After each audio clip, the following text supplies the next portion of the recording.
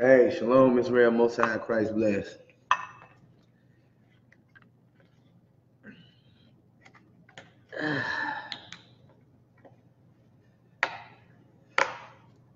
Hey, man, y'all was getting it in last night. I went up and down. I looked at the timelines this morning, and I said, man, Israel was getting it in. Some people said they just left the feast an hour ago. So, hey, it is what it is.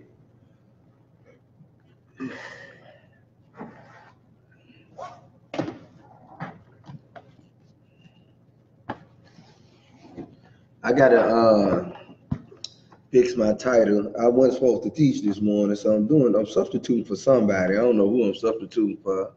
So I really didn't have no title for a class this morning.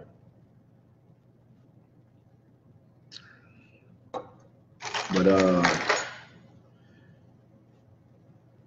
we gonna make it happen though. So the title of the class right now is Christmas with a question mark.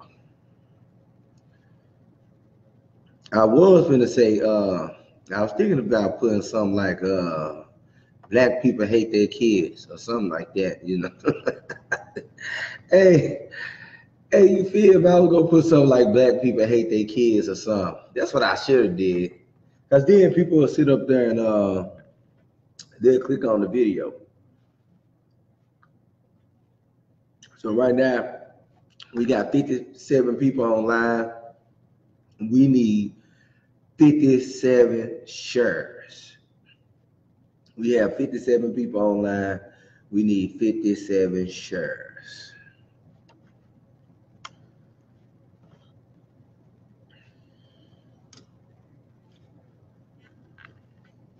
I got some rest. I didn't stay out all night last night.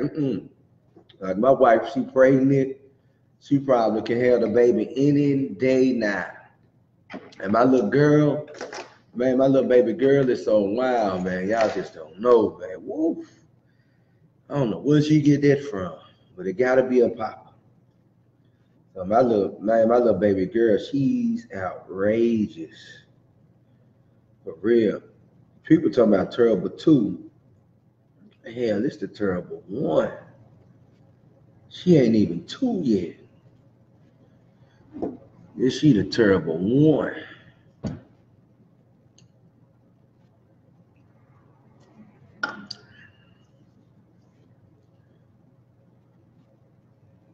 Yeah, y'all. Hey, we got 58 people online. We need 57 shares.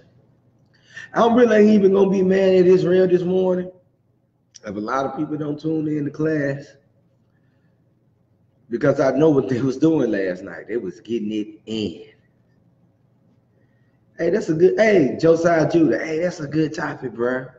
Christmas, a gift of lies. You know what I'm saying? We is gonna go into the origins of Christmas.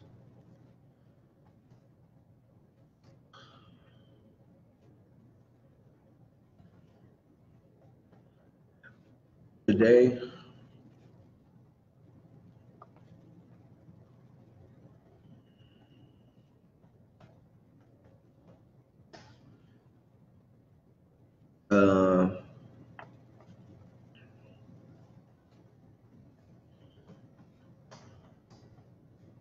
y'all give me a minute.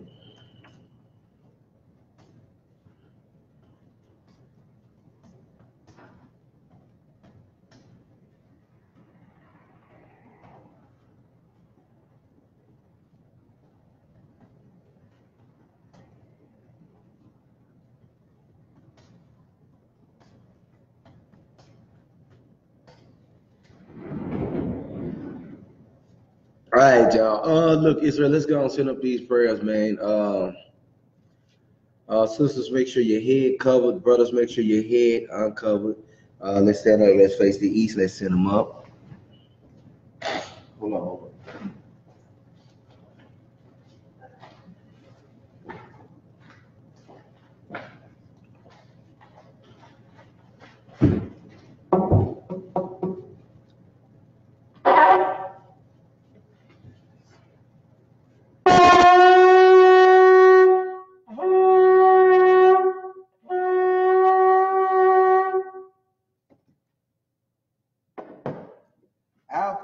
who art in heaven, hallowed be thy name. Thy kingdom come, thy will be done in earth as it is in heaven. Give us this day our daily bread, and forgive us our debts as we forgive our debtors. Lead us not into temptation, but deliver us from evil. For thine is the kingdom, and the power, and the glory, forever. Amen.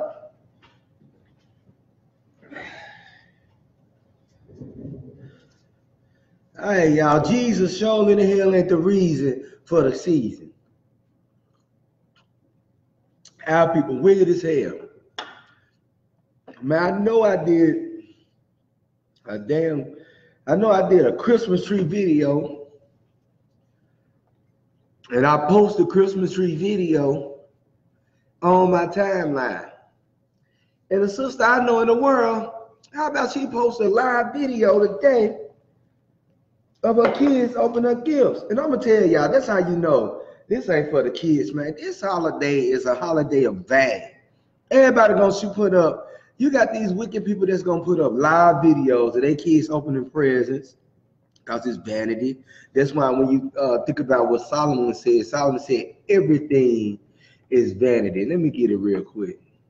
Everything is vanity. Everybody want to be like, oh, this is what I got for my kids.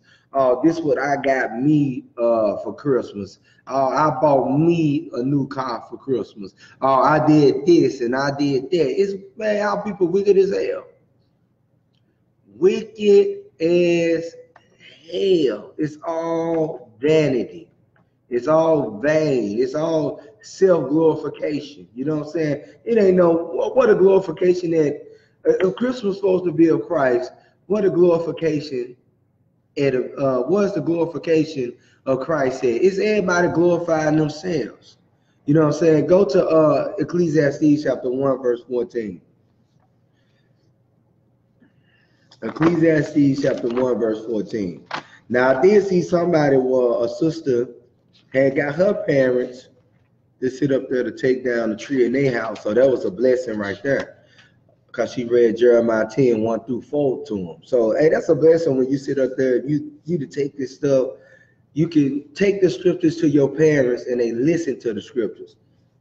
And say, I have seen all the works that are done under the sun, and behold, all is vanity and vexation of spirit. You hear that? It said all is vanity and vexation. It vexes your spirit when you see how people, after you read the scriptures to them, after you stand next to a Christmas tree, you read this, you describe what God said don't do in the Bible, and these same folks claim to be Christians. These folks continue to sit up there and say they love Christ. And why they do it? Because they vain. It's all vanity. You know what I'm saying? It's all glorification of self. It's all about self. They sit up there and say they do it for the kids. You ain't doing it for the kids. What about the people? What about the grown people that don't got kids? What about the adults that don't got kids? That's a damn lie. That's a lie. Every holiday, oh, I'm just doing it for the kids. Oh, I'm doing it for the kids. You're going to die, and the kids. Let me repeat. You and the kids going to die because you're doing it. You say you're doing it for the kids. You and the kids going to die because you're doing it. It is what it is. I want to read this again. Ecclesiastes chapter 1, verse 14. I have seen all the works that are done under the sun, and behold, all is vanity. This is what Solomon said. Remember, man, Solomon searched out everything. He searched out the good and he searched out the evil. And he figured he found what the conclusion that he came up with. He said, all is vanity. Fear God and keep the commandments. Now look, let's look up the word vanity. Vanity is excessive pride in or admiration of one's appearance. One's own appearance or achievements. That's all people care about. You know what I'm saying? Their own appearance or achievements. You know what I'm saying?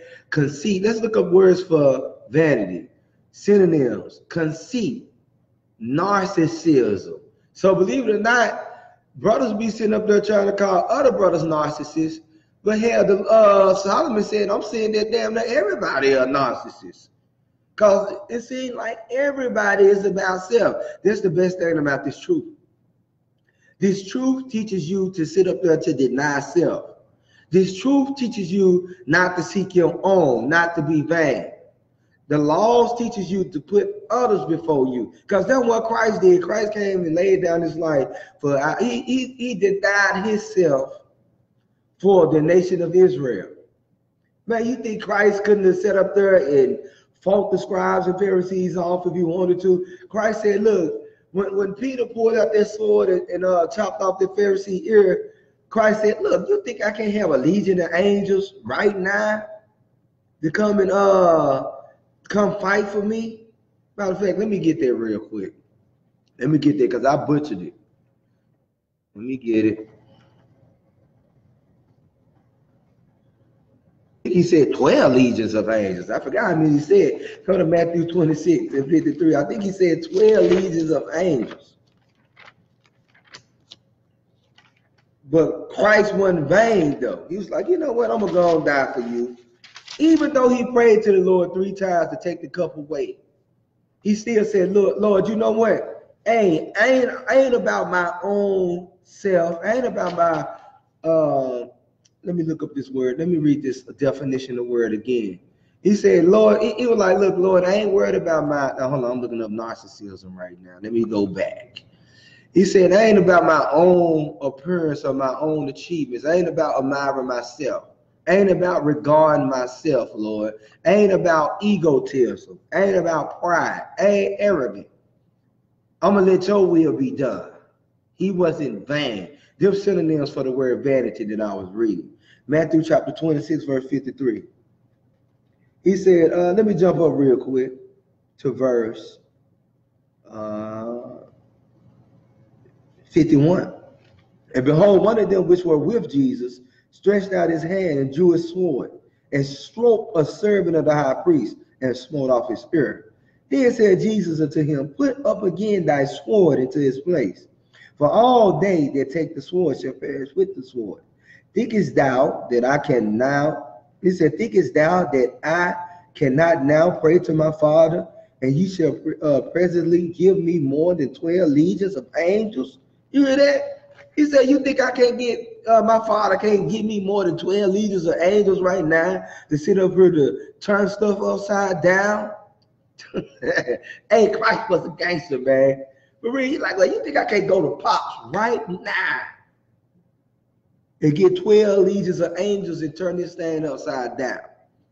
So Solomon said, all the works that are done on the sun, and behold, it's all vanity, and it vexes your spirit. It vexes your spirit. Why? Because people are narcissists. It is what it is. People love themselves. People admire themselves. People regard themselves. People are egotistic. Let's look up the word egotism real quick.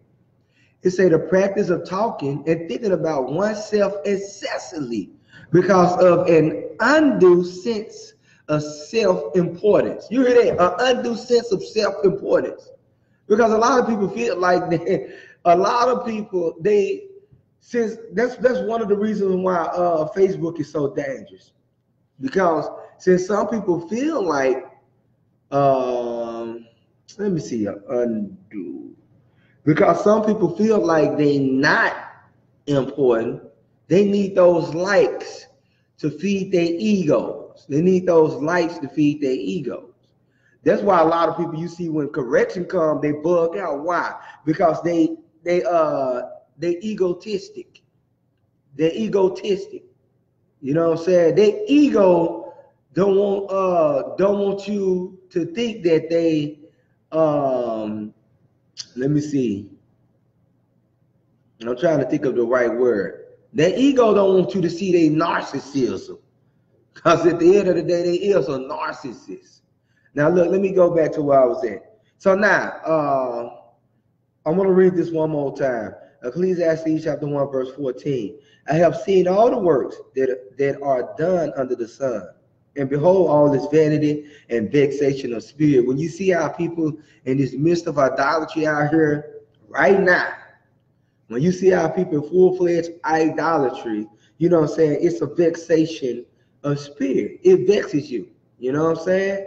You looking at this and you know that, okay, look, I've been going hard teaching about this Christmas stuff. I've been going hard teaching about this Christmas stuff all month.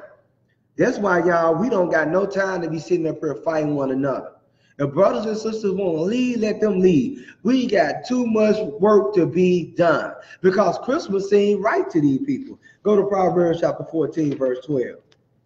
Every holiday the white man has given us, we have celebrated it without question.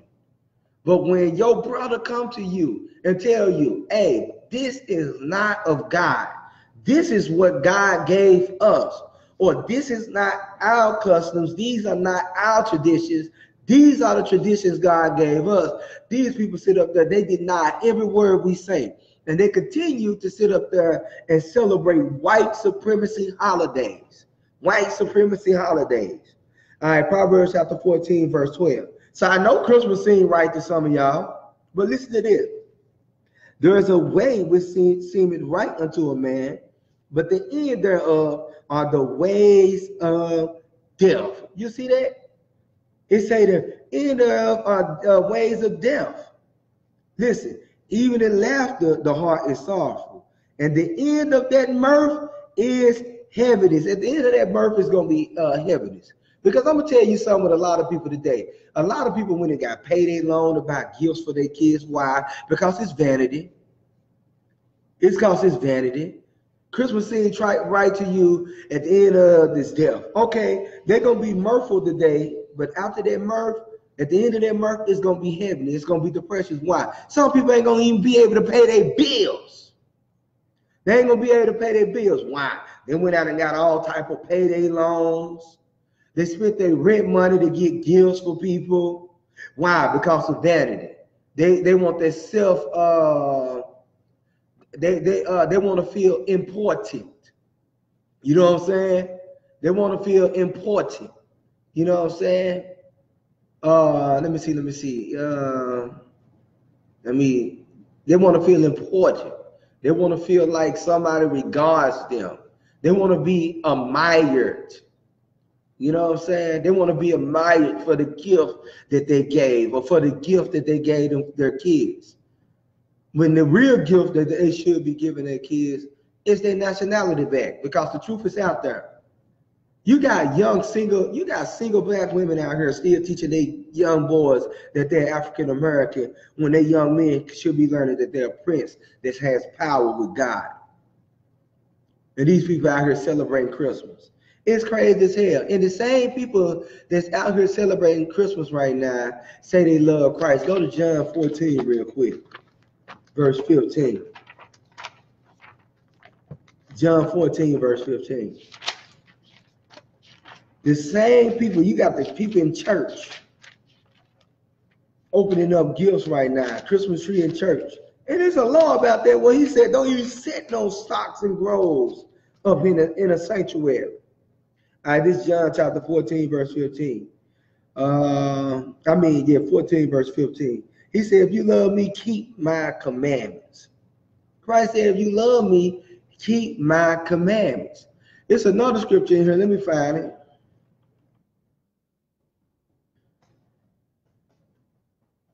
Hold on.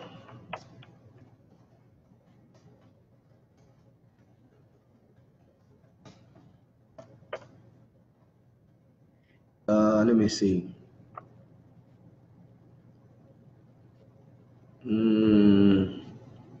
Okay, I can't find that one right there.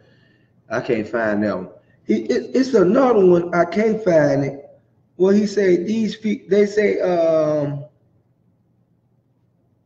you know what? I ain't gonna even use that. Go to Isaiah 39. I can't think of it right now. It was one with Christ. I can't even paraphrase it right now. Isaiah chapter 30, verse 9. This will do better for me right here.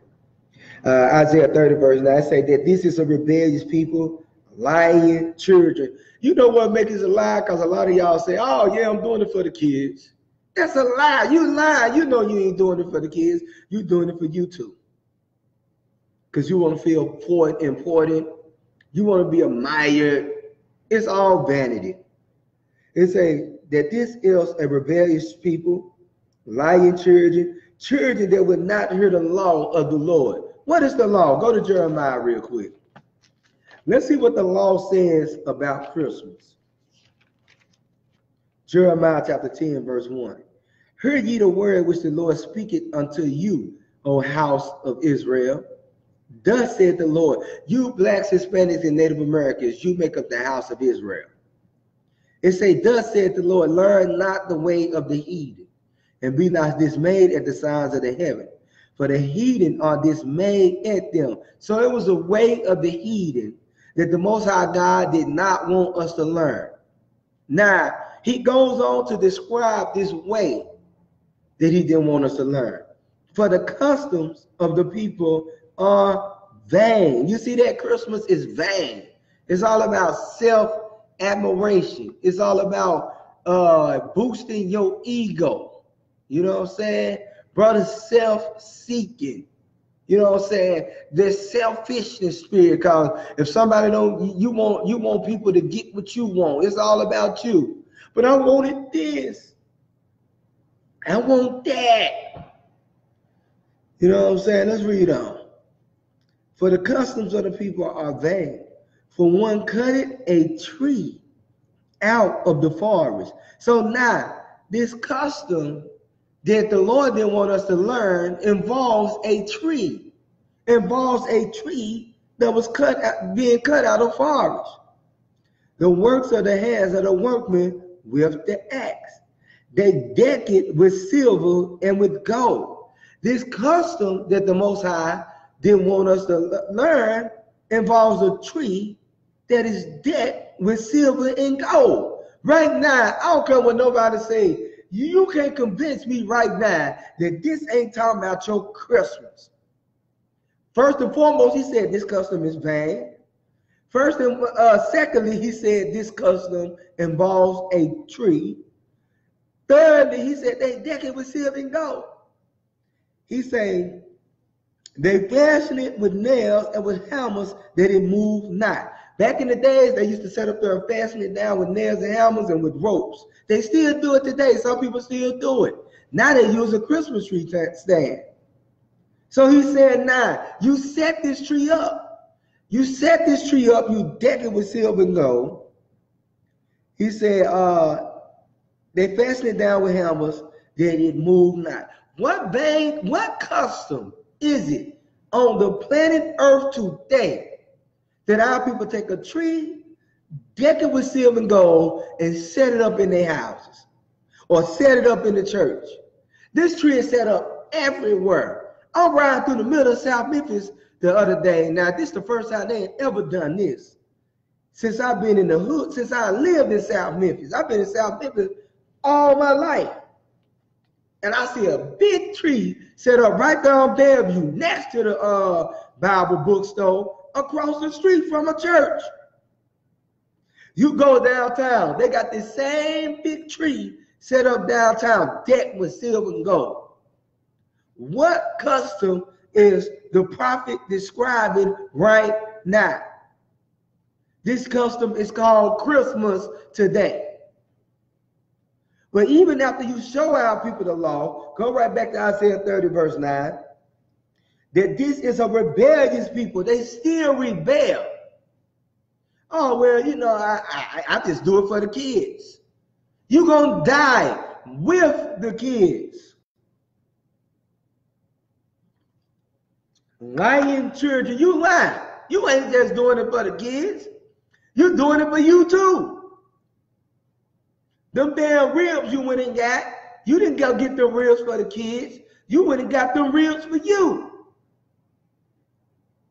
Oh man, I want me some barbecue ribs. You doing that for you. Oh, I think I'm gonna get me another car today. You didn't go get the car for the kids. You went and got the car for you. Who been putting you didn't get the car for the kids? Instead of getting the minivan, you go get the damn Challenger. All y'all can't fit in that Challenger. Instead of going get a family car, you went and got something to do what? So you can be admired. So you can be glorified. You showed how selfish you was. I know I need the minivan, but I ain't gonna get the minivan. I like this Camaro. I like this Challenger. I like this Charger right here. But you got 5 kids. The hell? 5 kids can't fit in the Challenger. That this is a rebellion people, that this is a rebellious people, lying children that will not hear the law of the Lord. The law said, don't learn that custom where they take a tree, deck it with silver gold, and set it up in the house. The reason why he said don't learn this custom because it's all idolatry and it's rebellion against God. We say to the seers, see not, and to the prophets, prophesy not unto me, prophesy not unto us right things. Don't tell us that Christmas is bad. Don't tell us, don't prophesy to us the right things. Speak unto us smooth things. Prophecy deceits. Oh man, tell me that God loves everybody. That's what y'all want to hear. God loves everybody. Jesus is the reason for the season. That's a lie. Jesus is not the reason for the season. Christ was born in the springtime. Let's get that in Luke 2.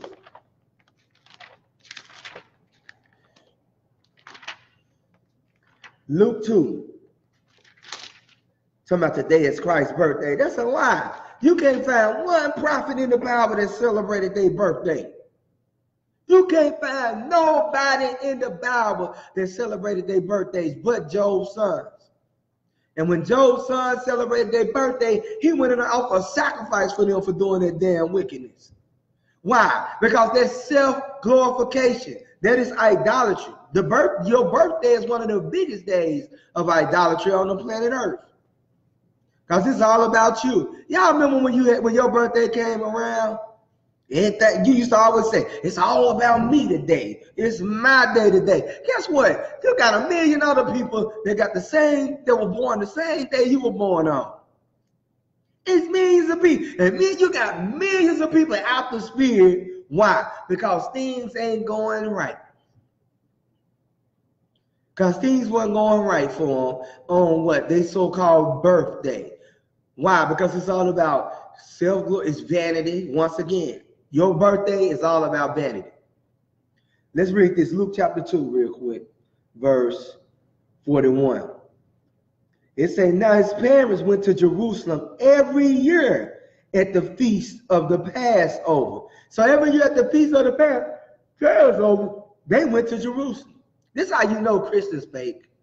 They don't keep the Passover. Ask your Christian pastor, have you ever kept the Passover? Ask your mama, have she ever kept the Passover? Ask your grandmama, have she ever kept the Passover? They did not. When we grew up, they did not teach us nothing about the Passover. But they'll sit up there and say, oh yeah, I taught you to be Christian. I taught you to be Christian. It says, look, Luke chapter 2, verse 41. Now his parents went to Jerusalem every year at the feast of the Passover. And when he was 12 years old, they went up to Jerusalem after the custom of the feast. So around the time that Christ was 12 years old, they went up to Jerusalem after the custom of the feast. Christ was born during the time of the Passover. That's why the scriptures say he is our Passover. Christ was never born in no winter time. You can't find it nowhere in the scriptures. Matter of fact, I'm going to show you something, Song of Solomon. Let's go to the Song of Solomon. The proof again that he was born in the spring.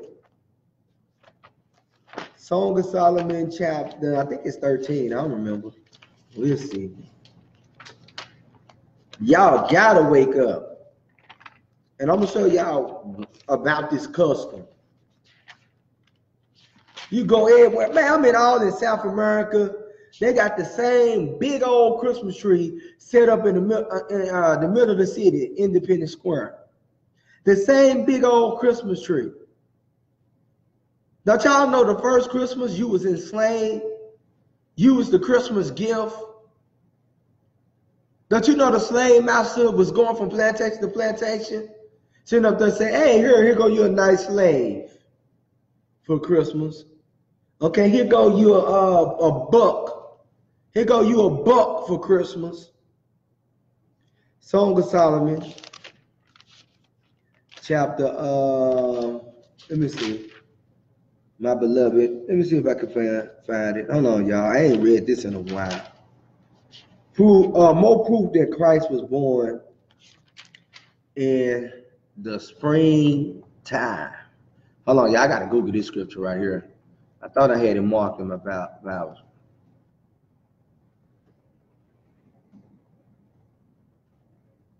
All right, hold on.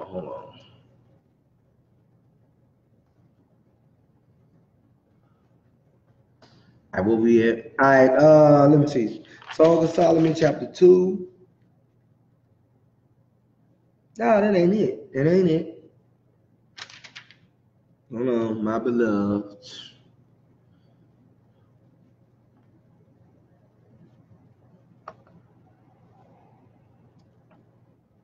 Well,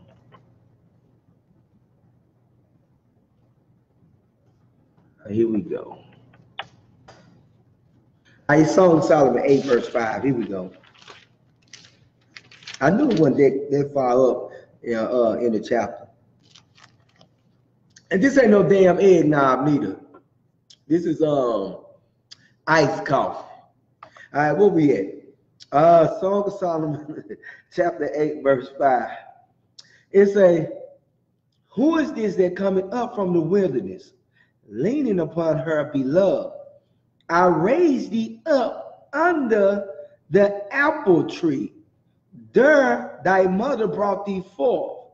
There she brought thee forth that bird. You hear that?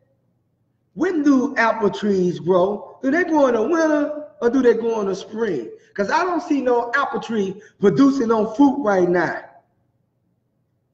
Let me read this again. Who is this that coming up from the wilderness, leaning upon her beloved? I raised thee up under the apple tree. There thy mother brought thee forth.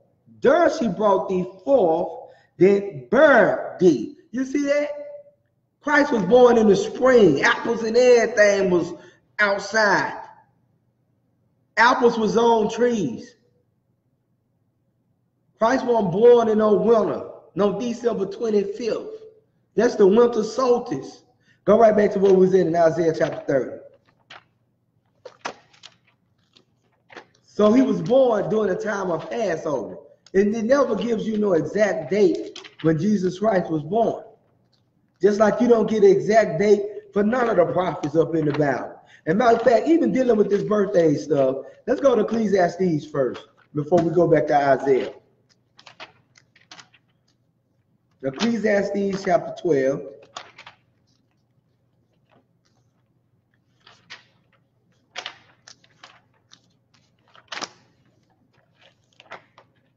Verse, I think it's 12.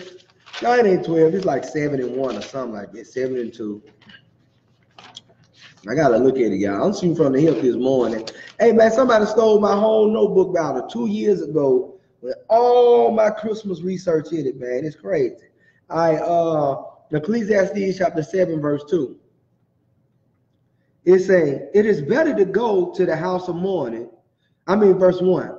A good name is better than precious ointment, and the day of death than the day of one's birth. You hear that? The scripture said the day of death is better than the day of one's birth. The day of death is the day of one's birth. This is what King Solomon is telling us right here. Because your birthday is vain. If your day don't go right, you're going to be pissed. You're going to be upset. You're going to bring forth all types of spirit. You're going to bring forth all types of spirit. You got a lot of women and a lot of men that like to go out here and be whoremongers on their birthday. Oh, yeah, it's my day today. I'm going to go do my thing. I'm going to go to the club. I'm going to get loose. I'm going to get wild. Oh, man, I'm going to get drunk.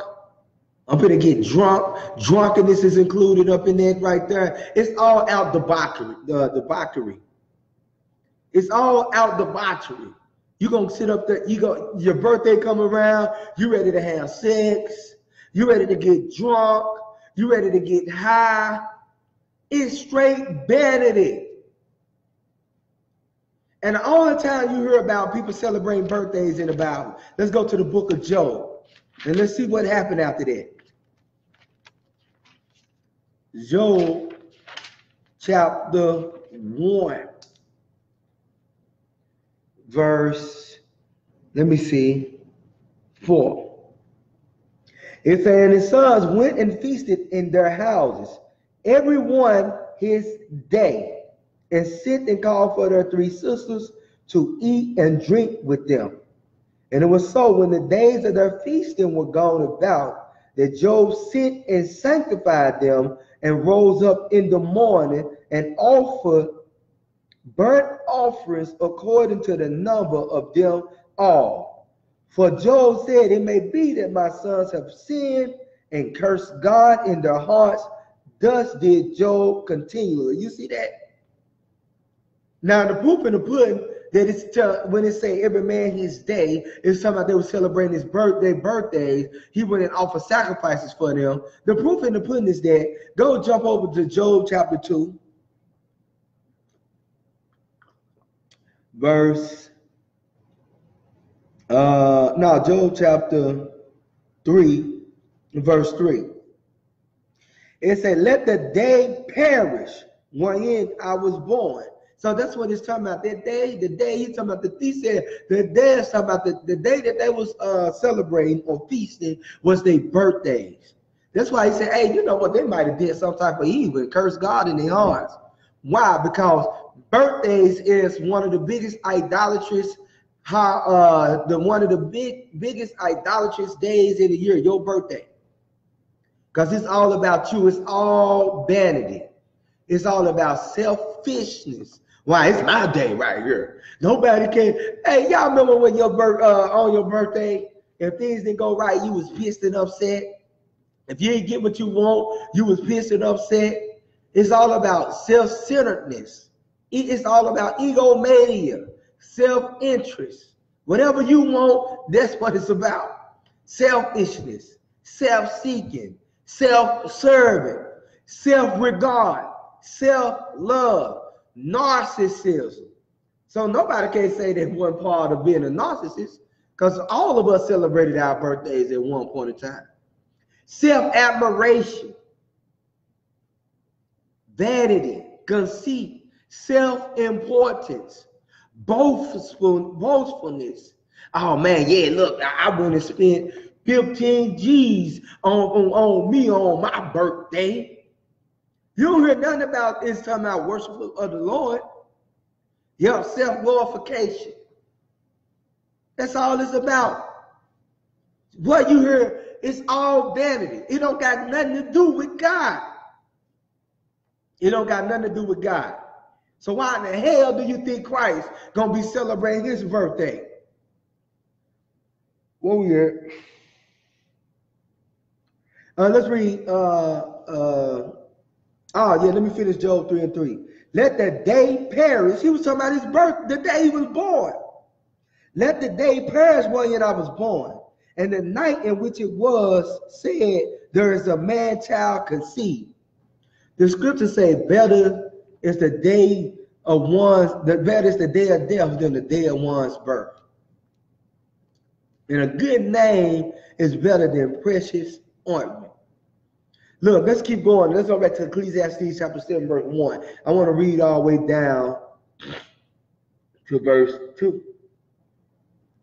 A good name is better than precious ointment, and a day of death than the day of one's birth. It is better to go to the house of mourning than to go to the house of feasting. For that is the end of all men, and the living will lay it to his heart. You see that? It's better to go to the house of mourning than to the house of feasting. But now look what everybody doing today. And I'm going to tell y'all, some of y'all brothers and sisters that's going to be around your wicked family. I wouldn't even be around. I seen my mom and him outside yesterday. I was going to Dollar Tree. So she stayed. The Dollar Tree is what? The street. You might want to say it's on the same street as her house. So I seen my mom and my brother and my sister and outside yesterday. I'm not stopping by there. Hell no. I will keep it pushing. Now, do I love my family members? Yeah, I love them. But they know Christmas is not of God. Matter of fact, I don't even know if my mama set the Christmas tree up no more or not.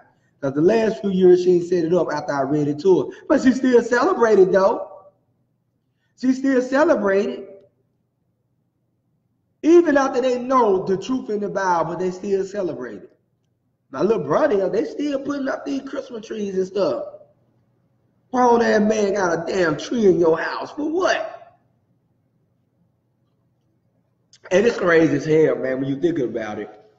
When you think about it, when you sleep and you don't know no better, okay, you think that tree, you're like, oh yeah, we got the tree in the house. It's decorated all great, it look good. But when your eyes open to the truth, you're like, what the hell wrong? What I was doing? I had a damn tree in the house with lights on it, decked with silver and gold. You be like, hold on, what was I doing? When your eyes open to truth, you be like, hey, you get to realizing and seeing all the stupid stuff that you did in the world. And then now you reaching out, trying to pull them up out, but they don't want to come. They don't want to come. Like, dog, you don't see, you can't see what I see, you still blind. It's a tree in a living room right now with some lights on it, with all type of ornaments. Why is this tree in there? What does the tree have to do with Jesus the Christ? Hey, this is crazy as hell, y'all. Hey, it is crazy when you just sit back and think about it. You're like, what the hell going on? I know why we got this up in here. Because Feast of Dedication is a warrior's holiday. You know what I'm saying? You can read in the scripture what it said. They decked the temple with crowns and all types of stuff like that. So this is armor right here. You can read in the scripture what it said. They dressed Judah Maccabees up in armor and this, that, and that, and all the rest of that. So I can see why we got this up in here for a decoration. Because Feast of Dedication is a warrior's holiday.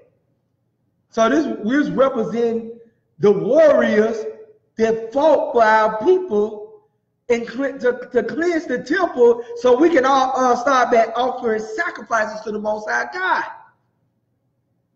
But a damn tree sitting in the house, I'm like, when you sit back now, if you didn't know the scriptures, now just think, this for all y'all that don't know the scriptures or just heard the scriptures. Just sit back and think.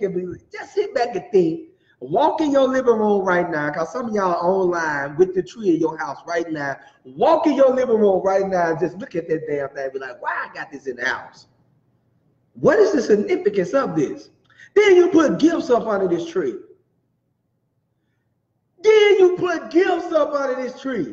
And then you don't see the buffoonery that you're doing. All right, so let's just say, all right, hold on. Here we go, y'all. I'm going to show you the idolatry up in this thing for real. All right, let me get this right here. And I'm going to use this right here for my example. So this is your tree. Because a lot of people are going to say, oh, I don't worship the Christmas tree. The gifts is up under the tree. So now, in order to get the gifts, you got to do this. You got to bow up under the tree to bring the gift out. Bow up under the tree to get come on, man. You can't tell me you ain't worshiping this tree today. You can't tell me you ain't. Hell, you look like a Muslim the way you bow down in front of this tree today, the way it's going to pop off.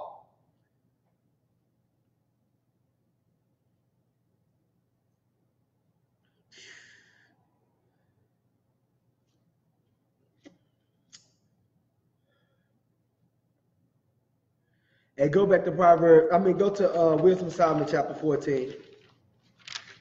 I'm telling you, man.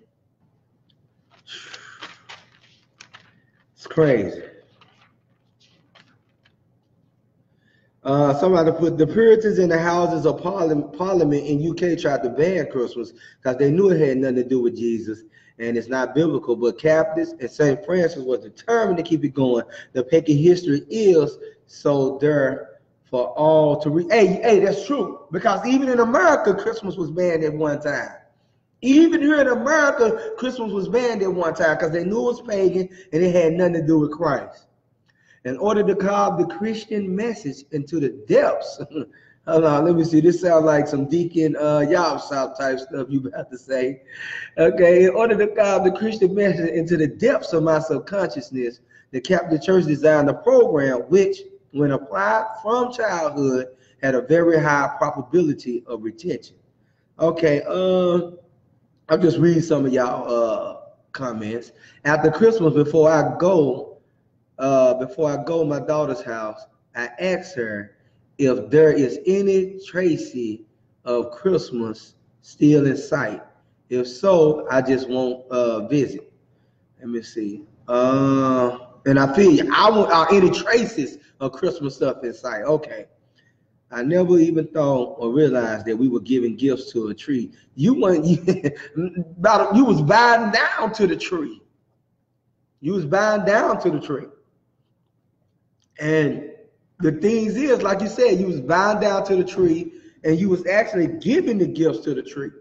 And you was giving the gifts to the tree because you was giving gifts to Nimrod.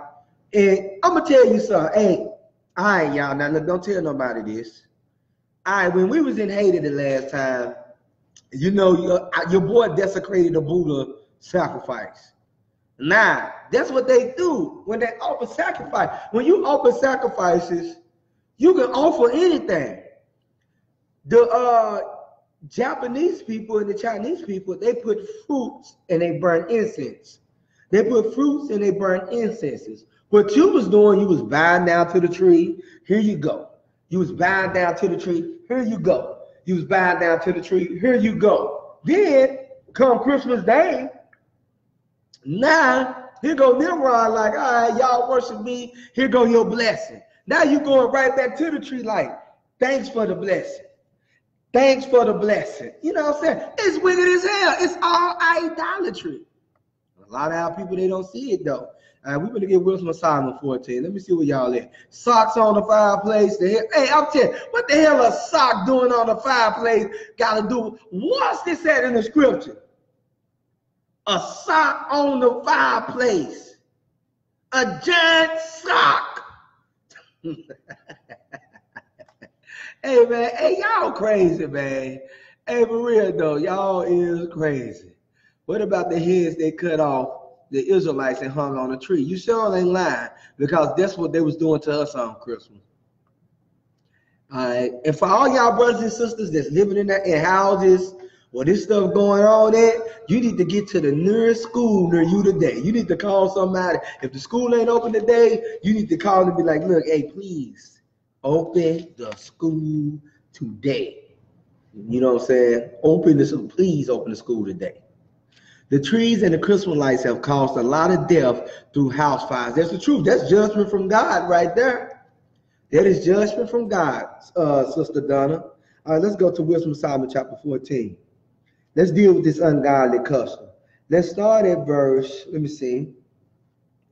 Let's start at verse 12. For the devising of idols was the beginning of spiritual fornication, and invention of them the corruption of life. For neither were they from the beginning, neither should they be forever. In the beginning, Israel didn't celebrate that. Israel learned this custom in the Babylonian captivity. And Esau, when it dug it up out of the Babylonian, he went and dug this thing up once again. Why? Anything that gonna cause us to stumble and keep us in sin, Esau utilized that against us. So he gave us Christmas. They love that tree with them lights and that silver and gold on it. You know what I'm saying? Because now when you think about it, as I get old, I'm like, why in the hell? I didn't love the tree for no other reason is that this gifts up under it. You know what I'm saying? That's it, because you just wanted what was up under the tree. But when you get old, you like, what was the point of this? What was the point of this? Even when you was young, you was having people, when people was putting Xmas, Xing out Christ. They was trying to show you, hey, this got nothing to do with Christ. This has nothing to do with Christ. Let's read on. It said, for the devising of idols was the beginning of spiritual fornication, and the invention of them, the corruption of life. Our people's lives are corrupt. It says, for neither were they from the beginning, neither shall they be forever. For by the vainglory of men, they enter into the world. You see that? That's why Solomon said it's all vanity. It's all vanity and vexation of spirit. He said, for by the vainglory of men, these things was entered into the world. And therefore shall they come shortly to an end. The Most High going to destroy all our idols. All these idols that you love is going to be destroyed and brought down to naught.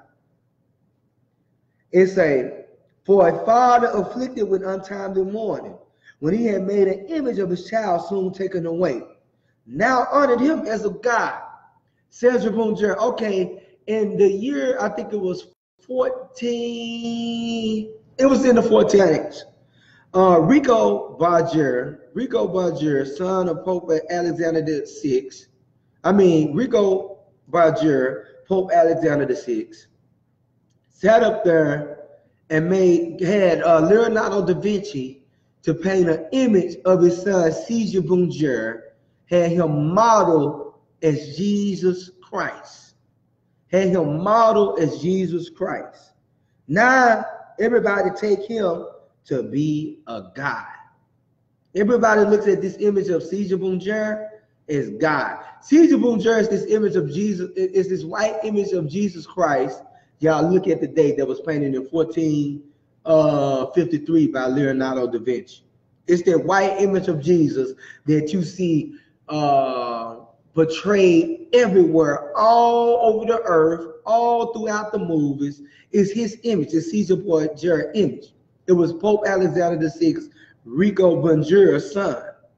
He had Leonardo da Vinci paint this image. It said, for a father afflicted with untimely mourning, when he had made an image of his child soon taken away. So he made an image of Caesar Borgia, now honor him as a god, which was then a dead man, and delivered to those that were under him ceremonies and sacrifices. What was the ceremonies that was delivered? Christmas. What was the ceremony that was delivered to Caesar Borgia? Easter.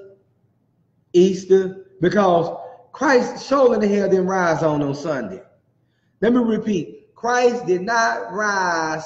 Well, he did rise on the first day of the week. Hold on, let me re-switch that. He rose on the first day of the week. No, he rose. Hold on, he rose between 3 p.m. and 6 p.m. that Saturday, something like that. 3 to 7 p.m. that Saturday. You know, let me keep going. It say,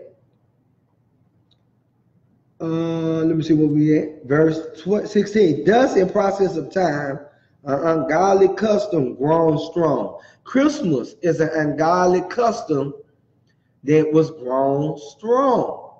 Christmas is an ungodly custom grown strong, which was kept as a law. Notice, I'm telling you, this is how you know that Esau can enforce the laws of God in the land. Notice now that everything gonna be closed today. The only people who work in the day is the Arabs and the Chinese. That's it. Even Issachar in the midst of this madness. Oh, Issachar love Christmas. Mother and child. Hail Mary. It's an ungodly custom grown strong, was kept as a law. Engraven images were worshipped by the commandments of kings. Hey, set this Christmas tree up in your house. That's that graven image worship. And then they put it all in your face. That's why it's saying 1 Corinthians chapter 14, evil communication corrupts good manner. Because everywhere you go, you hear Christmas music. Man, I'm telling you, you couldn't even walk through this grocery store. And they use Michael Jackson. Young Michael Jackson get you every time. Young Michael Jackson will get you every time. You just trying to do your regular Christmas shopping. I mean, your regular grocery shopping. You trying to do your regular grocery shopping. And then this wicked music is on. This wicked music is on. And you going through the store. Next thing you know, they play some old school Michael Jackson. And you not realizing, you know, that be your song. That was your song back in the day. Now you singing it in the store. You got to check your spirit. That's why I like doing these holiday seasons, man. Look, I try to be out of the midst of public as much as possible. Because that old man would sneak back up on you. But it was an ungodly custom that's grown strong. It says, verse 17, whom men could not honor in presence because they dwelt far off. They took the counterfeit of his visits from far. All right, I'm going to stop right there. So Christmas is an ungodly custom that was grown strong. Go to Titus chapter 1, verse 14. Let me show you what else Christmas is.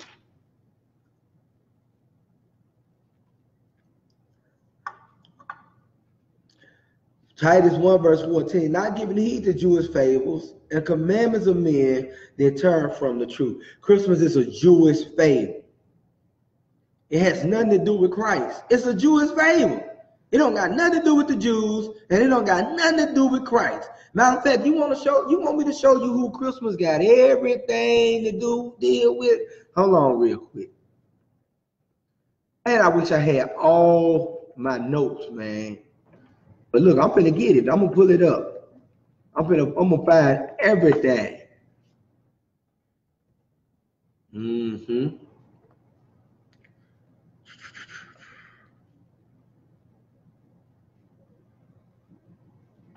I will find it. Give me. I'm gonna show you who everybody worshiping today.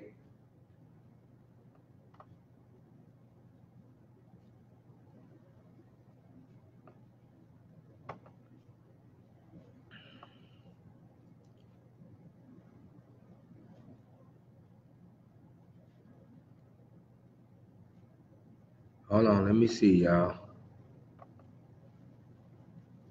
I tried to sit up there and this morning. I was trying to I thought I had everything bookmarked, but it wasn't bookmarked. All right, look, I'm finna I guess I'll use this one right here. Let me see. I'm going to post a link up in the chat board. It's going to call the Nimrod Tree, Nimrod, the Lord of Christmas. So this ain't usually what I read, but I see it's facts up in it. Yep, there's some facts up in it. It say the same thing. So look, let me post it up. I'm going to show you who everybody worshiping today. Talking about some Jesus Christ. You worshiping Nimrod. All right, there go a link right there. This is called the Nimrod Tree, Nimrod, the Lord of Christmas. All right, I'm going to start at the first paragraph. We say Nimrod started the great organized world apostasy from God that has dominated this world until now. Nimrod married his own mother, whose name was Semiramis. After Nimrod's death, his so-called mother-wife, Semiramis, propagated the evil doctrine of the survival of Nimrod as a spirit being. She claimed a full-grown evergreen tree sprang overnight from a dead tree stump, which symbolized the springing forth unto the new life of the dead Nimrod. On each anniversary of his birth, she claimed Nimrod would visit the evergreen tree and leave gifts upon it. December 25th was the birthday of Nimrod. This is the real origin of the Christmas tree. Ah, okay, I just found it now. I see where they got it from. The plain truth about Christmas. All right, hold on. Let me Google this now, because it's a lot of meat up in this document called The Plain Truth About Christmas. I forgot the name of it. I don't got my notes. All right, let's go to, let me see. Let me look at it first, y'all. Yeah, by Herbert J.W. Armstrong. Let me get it. By Herbert W. Armstrong. I remember that name right there. Let me make sure. Let me look at it. All right, let me see. Hold on, now this ain't it. That's what it's called. Let me look at this PDF right here. The Plain Truth About Christmas. All right. Yep. So here you go, y'all. It's by Herbert J. Armstrong, The Plain Truth About Christmas. Now, there was something else up in here that I want to get. All right. I don't like the way they got it. Hey, look, let's get this real quick. So, look, I'm going to post this right here, because some of this stuff I just brought out in scriptures earlier. All right, here go another link right here up in the post. Hey, if this is your first time not celebrating Christmas, all praises to the Most High that you came up out of that idolatry. All right, now scroll down to where it says Jesus not born December 25th. Jesus not born December 25th. Jesus was not even born in the winter season. When the Christ child was born, there were in the same country shepherds abiding in the field, keeping watch over their flock by night. And you can read that in Luke chapter 2, verse 8. It says, this never could have occurred in Judea in the month of December. The shepherds always brought their flocks from the mountainsides and fields and corralled them not later than October 15th to protect them from the cold, rainy season that followed that date. Note that the Bible itself proves in Song of Solomon 2 verse 11 and Ezra 2:10 verse 9 and 13 that winter was a rainy season, not permitting shepherds to abide in open fields at night. And let's get it, y'all. Let's go to Song of Solomon 2 verse 11. So we already read in Song of Solomon 8 verse 5. We already read in Luke chapter 2 that Christ was born around the time of the Passover, proving the point that it was a feast day. Hold on, y'all, before we go to this real quick, let's prove that it was a feast day going on during the time that Christ was born. Let's prove that. Let's go to the birth of Christ real quick. Let's go back to, I think we're gonna go back to Luke 1. Luke 1. Let's prove that. Let me see. There's gonna be something about the ends. Drink. Be home. Let's see. The Nativity of Christ. Let's start at Luke 2, verse 1. We're going to prove now that it was a feast day going on during the time of Christ's birth.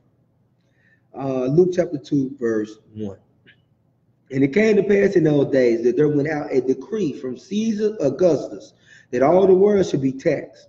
And this taxing was first made when Cyrenius was governor of Syria.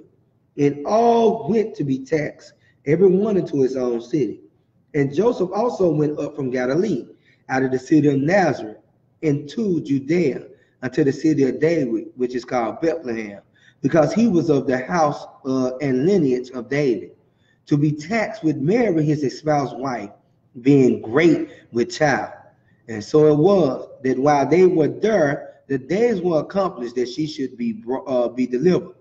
And she brought forth her firstborn son, and wrapped them in swaddling clothes, and laid them in a manger, because there was no room for them in the inn. Why was there no room for them in the inn? Why was there no room for them in the inn? What else was going on during this time? What else was going on? Because I'm going to show you something. Go to Luke let's go to, now we got to go back. Let's go to the book of Deuteronomy.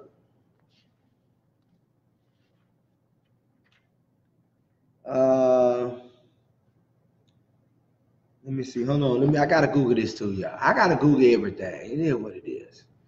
Okay. No, it just wasn't tax season. We're going to prove it. Hold on. Let's get the law first.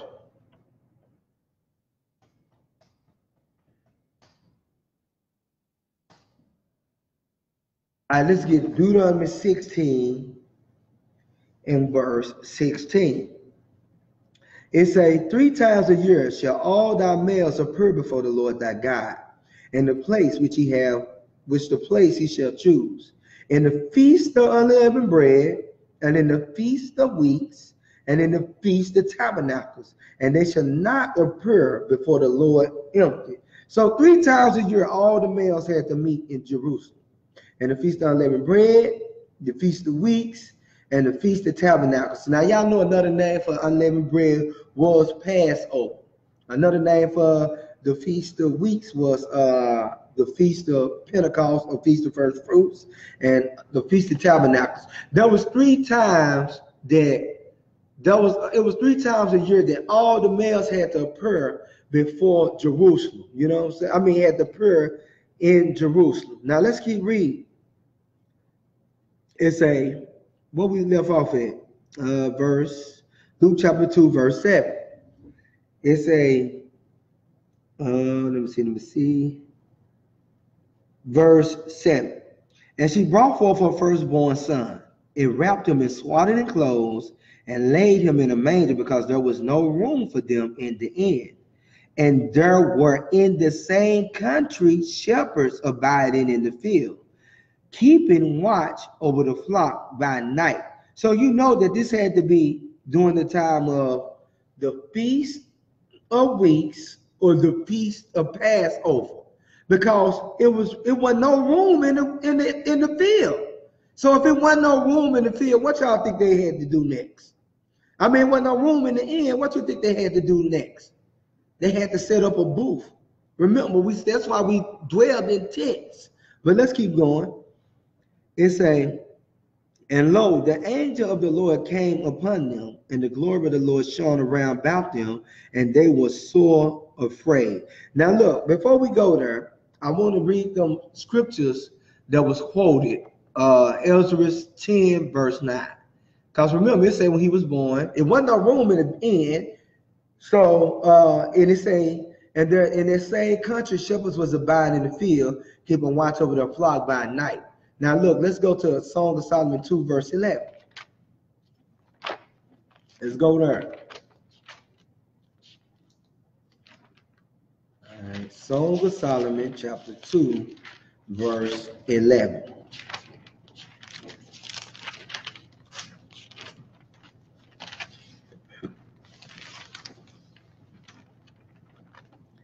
It say, for lo, the winter is past, rain is over and gone.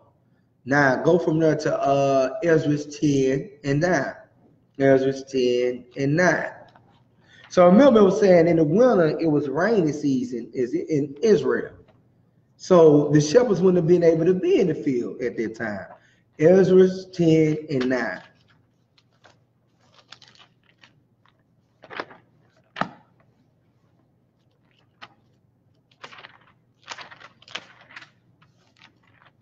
Ezra chapter 10, verse 9.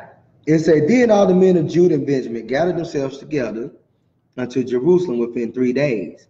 It was the 9th month, on the 20th day of the month, and all the people sat in the street of the house of God, trembling because this matter and for the great rain. Now jump down to verse 13. But the people are many, and it is not a time of much rain, and we are not able to stand without. Neither is this a work of 1 day or 2, for we are many that have transgressed in this thing. You know what I'm saying? So it's impossible for them to sit up there to be in the open fields while it's cold and she bringing forth a child. You know what I'm saying? It's a lot. Remember what we brought out in Song of Solomon 8 verse 5, that that he was born in the springtime, because he said he was brought forth under the apple tree. All right, where we at, y'all? Hey, y'all even know whoever the hell that is. And where we at? Hold on, let me see. Got this something I want to bring out. Let me see. All right, go right back to Luke 2.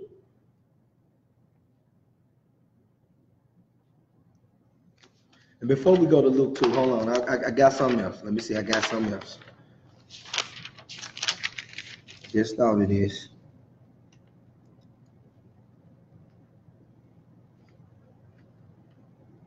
All right, that's it. All right, Luke 2, verse 7. And she brought forth her firstborn son and wrapped him in the swaddling clothes and laid him in a manger, because there was no room for them in the inn. So this had to be during time of Passover when Christ was born. Why? Because when you read Luke 2, let's jump over again. Luke 2, remember, the law is 3 times a year must all the males meet. And it said the inns was full. Why was the inns full? Because according to the law, all the males had to be in Jerusalem 3 times a year. Like, look, let's do it again. Luke chapter 2, verse 41. Now his parents went to Jerusalem every year at the feast of the Passover. Why you think Mary Magdalene was with him? Why you think he had, not Mary, why you think he had Mary with him? Why you think Joseph had Mary with him? Because he was going to keep the Passover. The inns was full. Christ was born around the time of Passover. You know what I'm saying? Let's read it again. Now his parents went to Jerusalem every year at the feast of Passover. And when he was 12 years old, they went up to Jerusalem after the custom of the feast. You see that? Christ was born during the time of Passover. And the proof of that, the inns was full. It was a feast day going on because the inns was full. Now, what was there? Let's go right back to this plain Christmas story, truth thing. So it say, we remember, y'all, we was reading Jesus Not Born December 25th. Song of Solomon 2 verse 11 and Ezra 10, 9 and 13, that the winter was a rainy season, not prevent shepherds to abide in open fields at night. It was an ancient custom among Jews of those days to send out their sheep to the fields and deserts about the Passover, early spring, and bring them on at commencement of the first rain, says Adam Clark Commentary, volume 5, page 370. Now look, let's scroll down, because see, I had all this stuff. Let's go. How did this pagan custom got into the church? It said, then how did this pagan custom creep into the Western Christian world? The New Scalf Harrod's Encyclopedia of Religions Knowledge explains it clearly in its article on Christmas, how much the date of the festival depended upon the pagan Brumalia following the Saturnalia, and the Brumalia was December 25th, following the Saturnalia, which was December 17th through 24th, and celebrating the shortest day of the year and new sun cannot be accurately determined. The pagan Saturnalia and Brumalia were too deeply entrenched in popular custom to be set aside by Christian influence. The pagan festival, with its riot and merrymaking, was so popular that Christians was glad of an excuse to continue its celebration with little change in spirit and in manner. Christian preachers of the West and Near East protested against the unseemly frivolity with which Christ's birthday was celebrated, while Christians of Mesopotamia accused their Western brethren of idolatry and sun worship for adopting as Christian this pagan festival. Remember, the Roman world had been pagan. Prior to the 4th century, Christians were few in number, though increasing, and were persecuted by the government and pagans.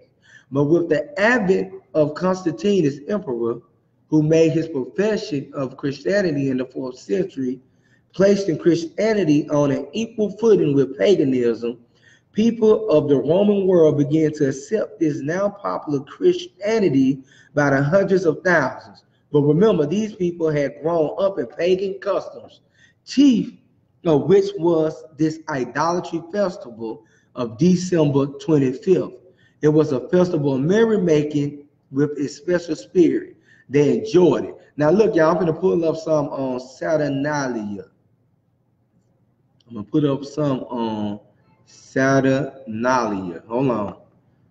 Look, y'all, I'm trying to work with the best I got because I don't got none of my none of the stuff, none of my my notes that I had on all this stuff, and my articles and my PDFs. So I'm trying to do my best I can. But if I see it pull up, I know some of this stuff I can remember. So I'm trying my best. Hold on, because I want to go deep into this pagan custom.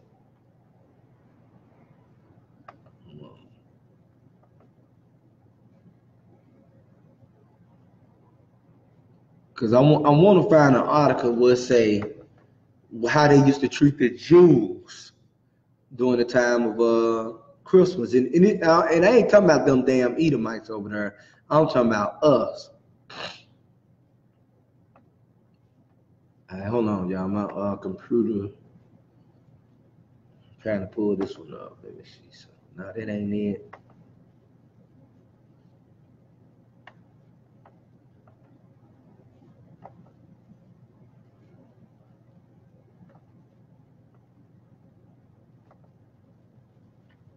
All right, I got it. I found it. I'm gonna post it in the. I'm gonna post a link. Saturnalia. Let's see what Christmas derives from. Showing you how they brought this thing into the Christian church.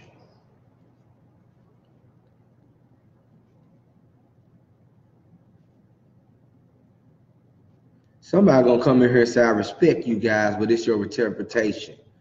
You know what I'm saying? I realize I'm not under the law. Christ fulfilled the law. Shalom. What the hell you said shalom for? Man, get the hell up out of here with that. For real though. Man, look, you talk about you. I'm gonna show you something, bro. Just in case, before you go. Since you want to come in here running your mouth. All right, go to Revelation chapter 22. Verse 11. It says, he that is unjust, let him be unjust still. And so bro, if you want to stay unjust, Jeffrey.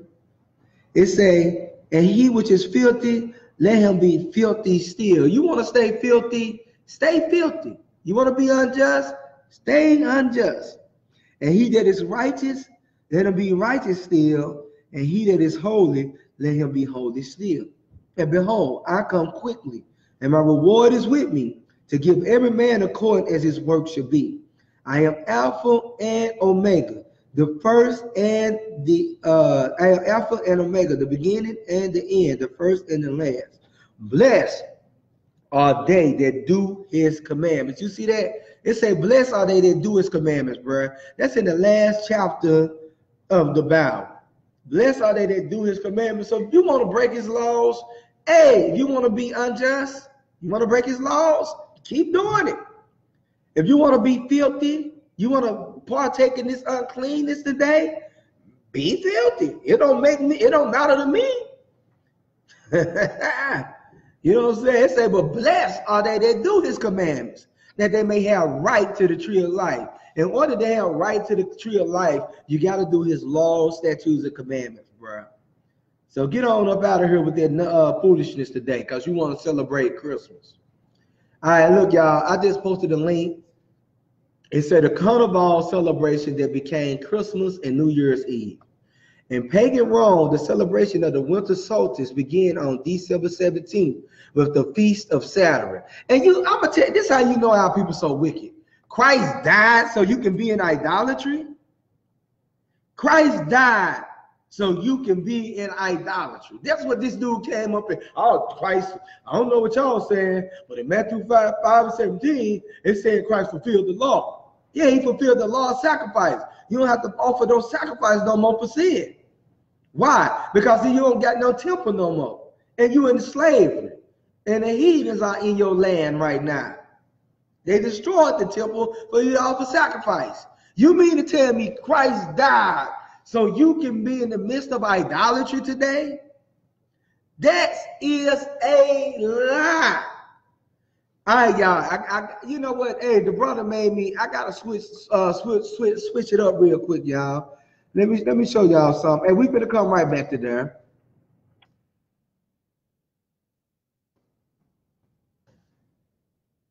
Now, I'm going to get this real quick. Christ said this many of times. First, go to John 8 and 11.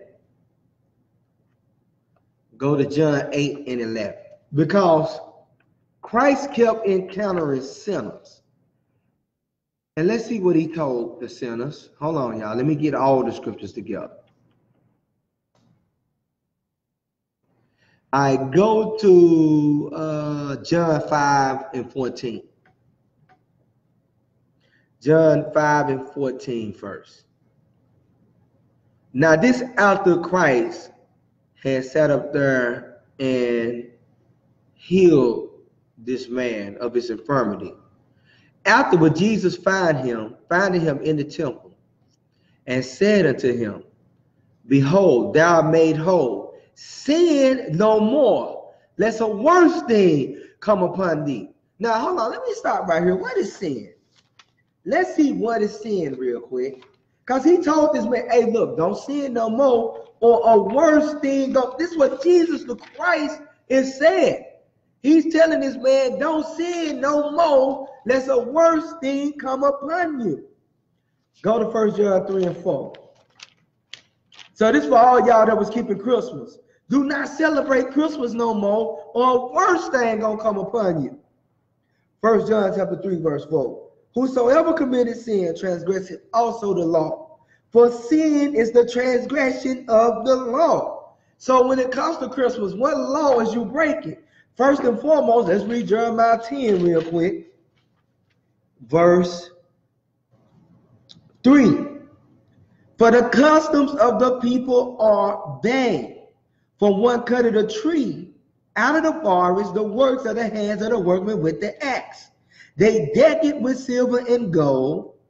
They fasten it with nails, that it move not. So you're celebrating a bad custom right now when you take a tree. God said, don't do it. It's transgression of the law. Christ said, look, don't sin no more. This is what Christ came and taught. You not to sin no more. Don't celebrate this. Don't put this tree up no more. Or worse thing gonna happen to you. It said they deck it with silver and gold. They fasten it with nails and with hammers, that it move not. They are upright as the palm tree, but speak not. Why they said speak not? Because remember, we read earlier in the article that I posted online about Nimrod, Lord of the Christmas tree. The myth is that Semariah said Nimrod's spirit was in the tree. And she claimed the full-grown evergreen tree sprang up overnight from a dead tree stump, which symbolized the springing forth unto the new life of the dead Nimrod. Now, a lot of y'all don't know who Nimrod is. Nimrod rebelled against God. You can read about that in the book of Genesis, chapter 10. He rebelled against God. Now look, let me go right back. Let me finish this up. It said they are upright as the palm tree, but speak not. So the reason why they speak not, because Nimrod, it's a myth. Nimrod's spirit is not within the tree. It say they must needs be born because they cannot go. You got to carry it because he can't walk. Because Nimrod's spirit is not in the tree. Be not afraid of them, for they cannot do evil. That's why people was putting gifts under the tree. Give Nimrod a gift, so Nimrod wouldn't do any evil to you. Because remember, what did they used to call Nimrod? Go to Genesis 10. So I had to bounce back real quick, y'all, just for the your Christians that have popped online. Genesis chapter 10, verse 9. He was a mighty hunter. Let's start at 8. And Cush begot Nimrod. He began to be the mighty one in the earth. He became a world conqueror. It's saying he was a mighty hunter before the Lord. He was a hunter of souls. This dude was a murderer. Wherefore it is said, even as Nimrod, the mighty hunter before the Lord. He was the first Kemetic king. It says, and the beginning of his kingdom was Babel, the Babylonians, and Iraq and Akkad, the Akkadians. You know what I'm saying? Now, let me go back to so now remember it says sin is the transgression of the law. So when Christ healed this man of his infirmity, go back to John 5:14. Afterward, Jesus finding him in the temple and said unto him, behold, thou art made whole. Sin no more, lest a worse thing come upon you. He said, don't break God's commandments no more. He didn't say, oh, I died so you can go sin more. He didn't say that. Let's go to John chapter 8, verse 11. This after he healed another, this after this woman that got caught in the midst of adultery. Let's see what he told this woman. She said, no man, Lord. So basically he asked the woman, who was left to condemn you? She said, ain't nobody left to condemn me. Because he asked the Pharisees, hey, you that is without sin, cast the first stone. So he asked, hey, has any man left to condemn you? And John verse 8, verse 11, she said, no man, Lord. And Jesus said unto her, neither do I condemn thee. Go and sin no more. Don't commit adultery no more. That was his message to the people. Stop sinning. Stop sinning. Now, let's go right back to where we was at. Now, dealing with Carnival, this Saturnalia, the origin, one of the origins of Christmas. Saturnalia. Because they, remember, these Romans, they adopted it from the Babylonians. The white man stole everything from people of color. It's crazy as hell. All right, look, they don't got no culture of their own. But look, let's get this. Saturnalia.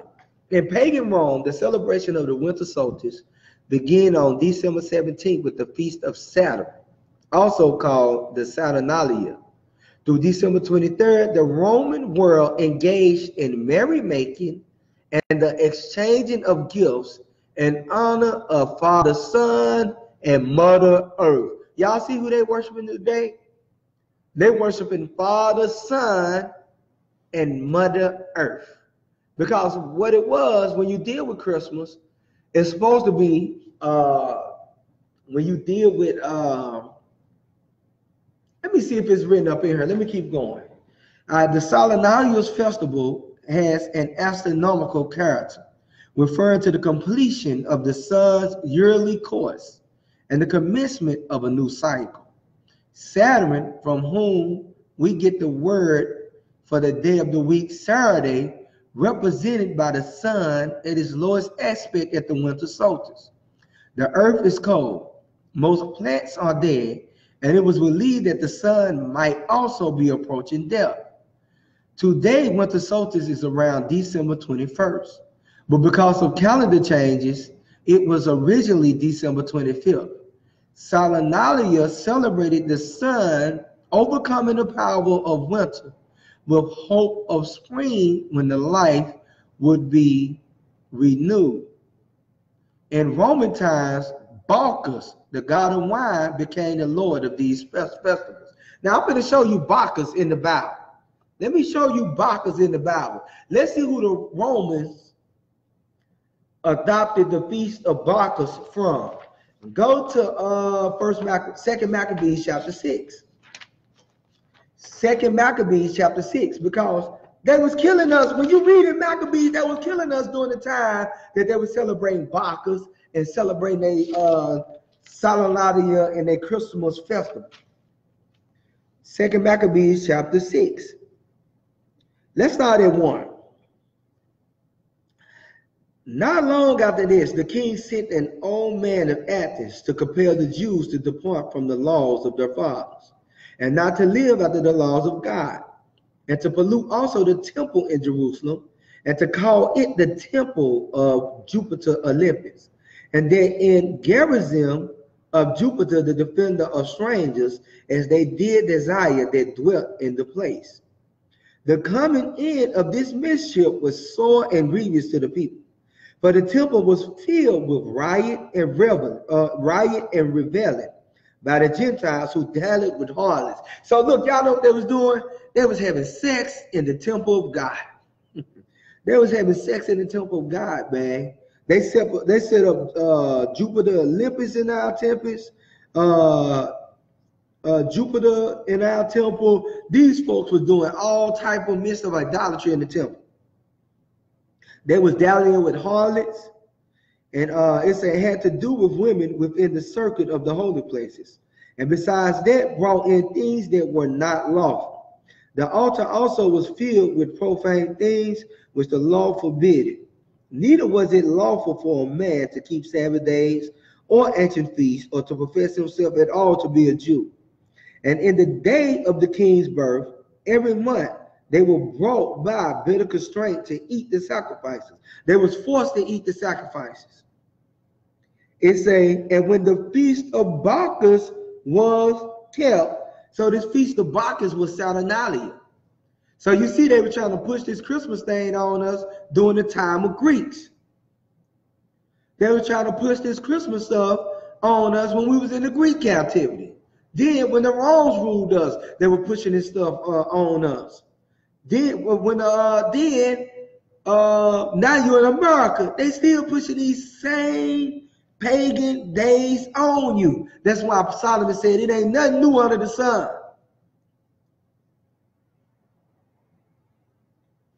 It's and when the feast of Bacchus was kept, the Jews was compelled to go in procession to Bacchus carrying ivy. Moreover, there went out a decree by the neighbor cities of the heathen, by the suggestion of Ptolemy, against the Jews, that they should observe the same fashions and be partakers in their sacrifices. So you had to observe this Saturnalia. You had to observe this feast of Bacchus. It was a law that went out that you had to do it. And whoso would not conform themselves to the manners of the Gentiles should be put to death. Then might a man have seen the present misery. So you had to sit up there and keep this Bacchanal, or this feast of Bacchus, or this Saturnalia. This stuff was forced on you back then. And guess what they did? They went back into history. They were like, look, we forced this on them, and they did it. A lot of our people did it willingly. A lot of our people celebrated this stuff willingly. Willingly. All right, let's go back to where we was at. The article I posted up. Now I want to scroll down. Go to where it says Saturnalia for festivities. I think that's it right here.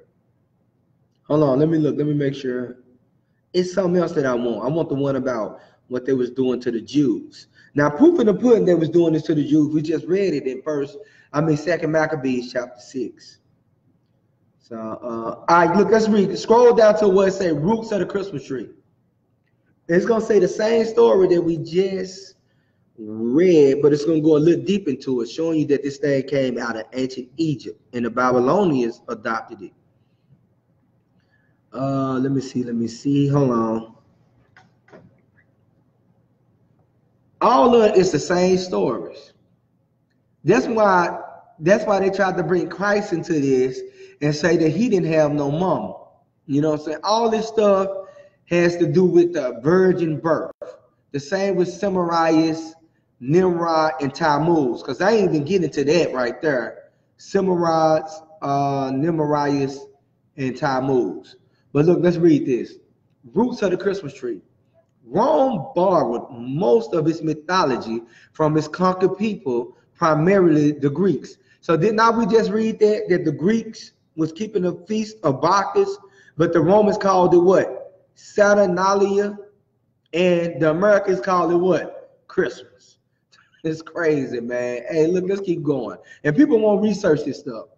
However, the Saturnalia has its strong roots in the central Egyptian mythological story. Why? Because the Egyptians adopted it from the Babylonians. You know what I'm saying? They adopted it from the Babylonians.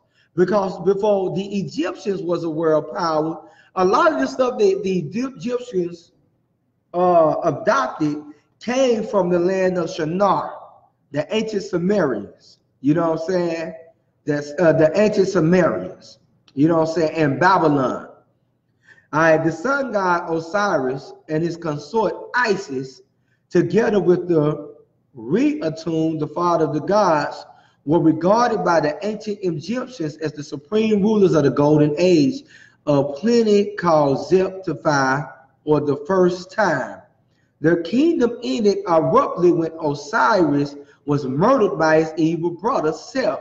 Now listen to this. You're going to read about the virgin birth right now. This is why we do not teach virgin birth, because virgin birth is first and foremost, it is an old Egyptian Babylonian custom that was adopted by the white man. It said the king. It said the childless. Listen, the childless Isis searched for the dismembered body of Osiris, which she then reassembled and resuscitated long enough to conceive a son named Horus. Horus was believed to be the reincarnation of Osiris and the new husband of Isis, whose destiny it was to repossess the kingdom of Osiris from the control of self. The tradition of the Christmas tree symbolically portrayed the death and reincarnation of Osiris and his son Horus. Y'all see how deep this idolatry go?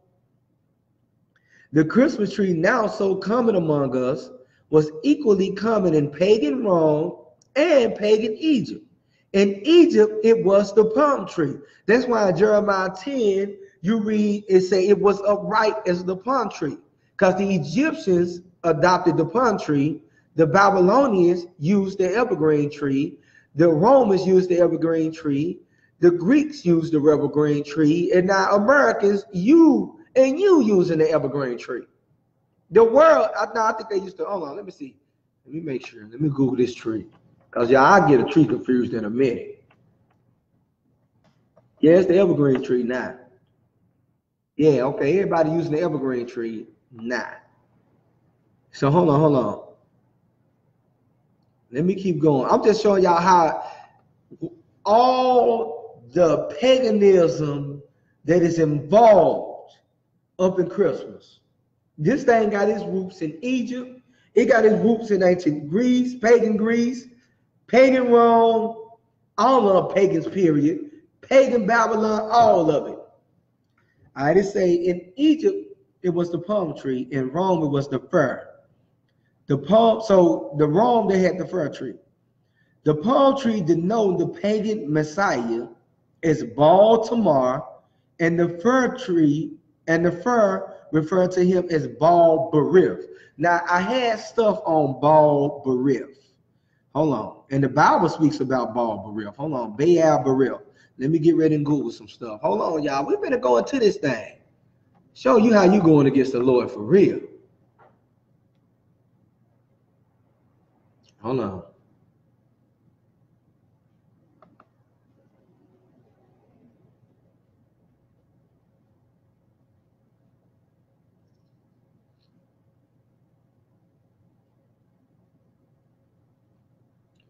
Let me see some.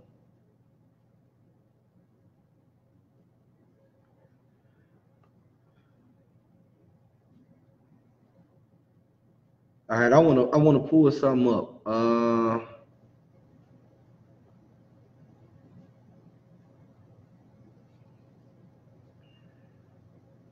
Hold on, y'all. Hold on.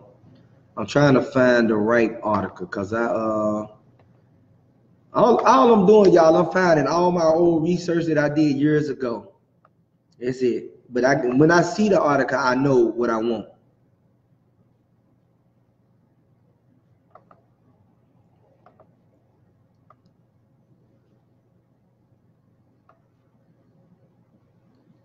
All right, let's see who Baal Barif is.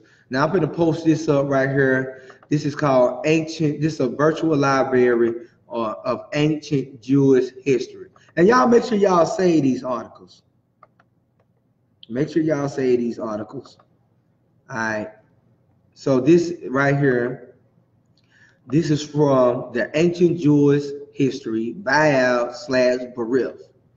Baal Barif, Hebrew, Lord of the Covenant.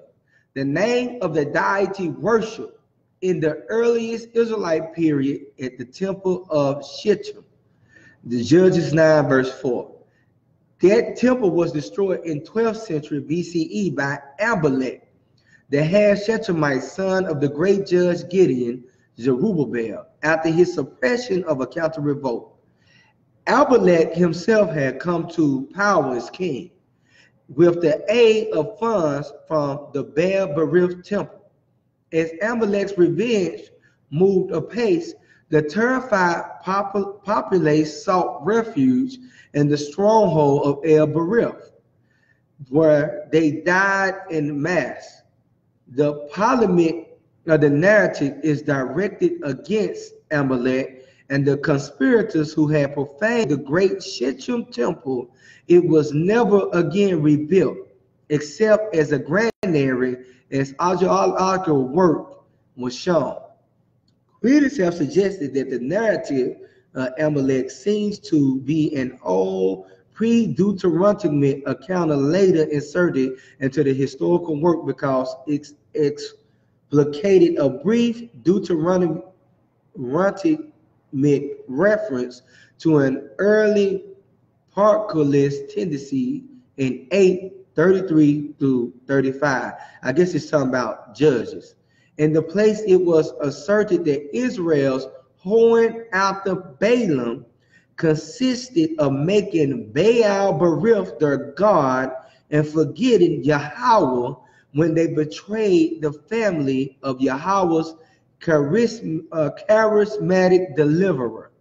In later circles, the origin significance of the house of Baal Barif had long been lost, and the element of Baal in such a combination could only smack of the repudiated fertility cult. Something of its earliest significance can be glimpsed, however, in patriarchal stories connecting Abraham, Jacob, Joseph with the site of burial ways and in archaeology of Shechem. The Baal Barif temple was preceded on the same site of Middle Bronze Age fortress temple, which in turn perpetrated a piece of ground considered holy since the first half of the 18th century BCE. Genesis 34:2 personifies Shittim as the sons of Hamor, resonant of Amorite treated terminology of Mary, where killing an ass is a technical term for concluding a covenant. The Joshua Judges contains no developed conquest tradition for Shittim area is largely due, according to scholars, to influence the Baal Barif sanctuary. According to tradition, such a situation had been anticipated by the strategists. So, well, let me jump back up. Let me see. So remember, it said Israel, in the place it asserted that Israel horn after the Balaam consisted of making Baal Barif their god and forgetting Yahweh when they betrayed the family of Yahweh's charismatic deliverer. You see that? So it's them replacing the same with, that's what you're doing when you're replacing, when you celebrate Christmas and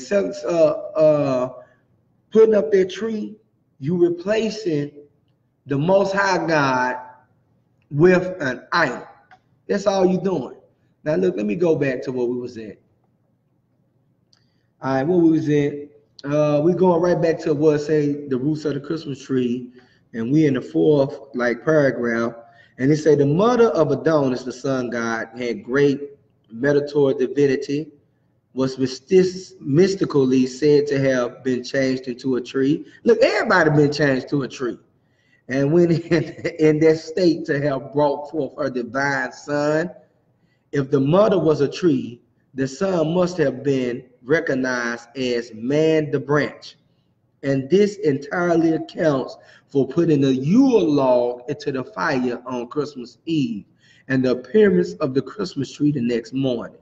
As Zoroaster, the seed of the woman, he has to enter the fire on Mother Night that he may be born the next day out of it as the branch of God or the tree that brings divine gifts to men. Y'all see how deep this thing is? And this was written in the two Babylons or the Papal worship.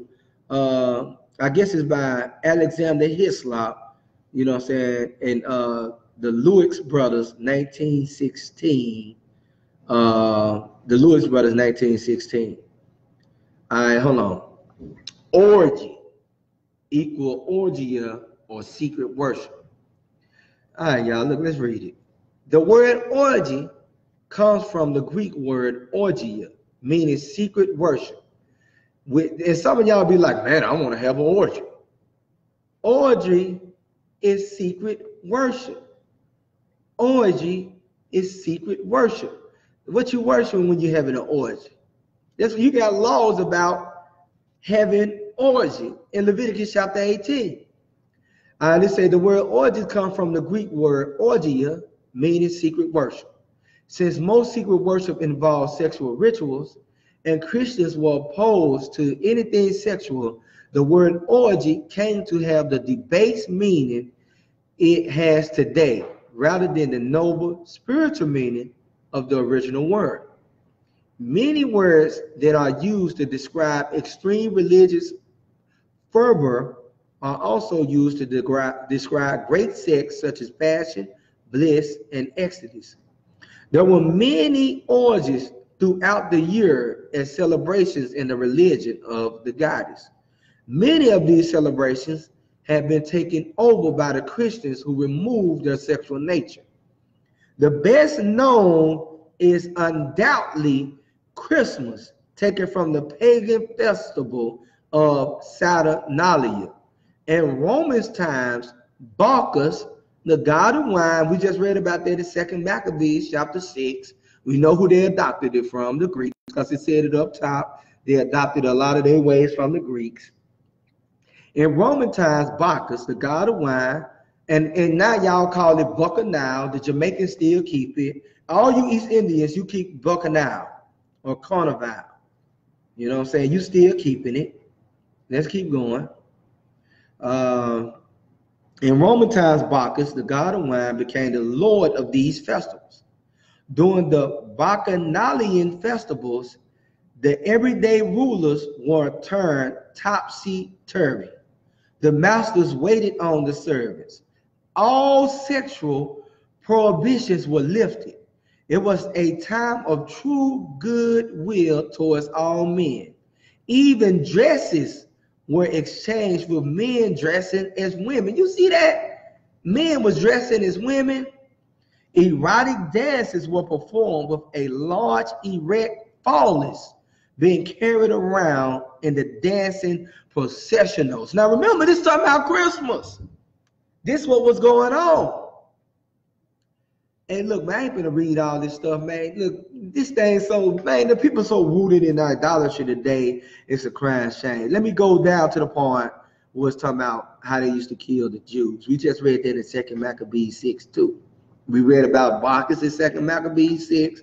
You basically you read that the Most High don't want you, because it's called by different names throughout the Bible. In the Bible, Christmas is called Bacchus right there. The Feast of Bacchus. The proof in the pudding that hold on, let me jump over real quick. Let me see, the 24th day of the month, Cassian. Who finna put? That's why even when you read in the scriptures, the feast of dedication always fall close to the same time as they keep their feast. Let me see some. Hold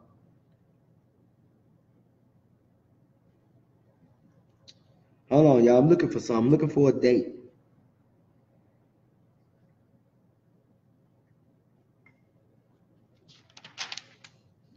Oh, I'm too far back, man. I'm too far back. Man.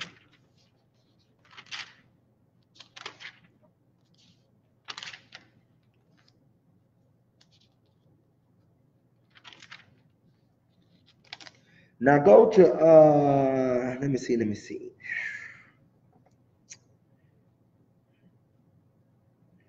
First Maccabees, chapter 1. Hold on, let me make sure. Let me get the other scripture. I'm gonna link it up.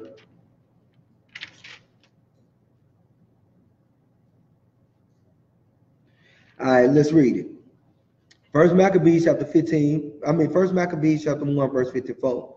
Now the 15th day of the month Caslu, in the 145th year, they set up the abomination of desolation upon the altar, and built idols and altars throughout the city of Judah on every side. And they burnt incense at the doors and of their houses and in the streets. And when they had written in pieces the books of the law, which they found, they burnt them with fire. And whosoever was found, so look, they was burning Bibles and everything. And when they had written in pieces the books of the law, which they found, they burnt them with fire. And whatsoever was found with any, the book of the testament, or if any consented to the law, the king's commandment was that they should be put to death.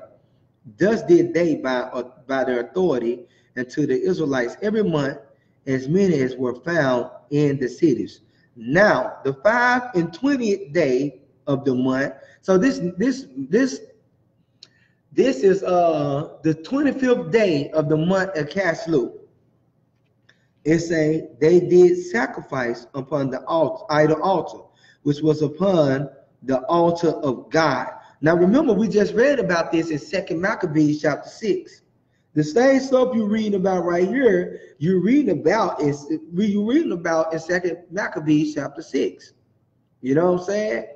It's saying, at which time, according to the commandment, they put to death certain women that had caused their children to be circumcised. So what you read about when it's talking about the 25th day of the month, which is called Caslu, it's actually their Christmas, or they Bacchus, or they Saturnalia. They was killing you. They was murdering you. It say at which time, according to the commandment, they put to death certain women that had caused their children to be circumcised. Because remember, it said if you was found keeping the law, you was putting to death. And they hanged the infants about their necks and rifled their houses and slew them that had circumcised them. Howbeit, men in Israel were fully resolved and confirmed in themselves not to eat any unclean thing. Wherefore they chose rather to die. Because remember, they tried to compel them. Remember, 2 Maccabees 6, it said they were trying to compel them to eat of the sacrifices. It said, wherefore they chose rather to die, that they might not be defiled with the meats, and that they might not profane the holy covenant. So then they died, and there was very great wrath upon Israel. So what you read about in 1 Maccabees 1, 40 all the way down to 64, it's the same thing you read in 2 Maccabees chapter 6. Now jump over real quick to 1 Maccabees chapter 4. Now what I'm dealing with now, I'm dealing with the dates. I'm dealing with the dates. I'm trying to show you that the feast of dedication almost fell to the fell on the same dates as they wicked ass days was falling on. Now look, it say let me see, 1 Maccabees chapter 1 verse. Let me see. Let's start at let me jump up.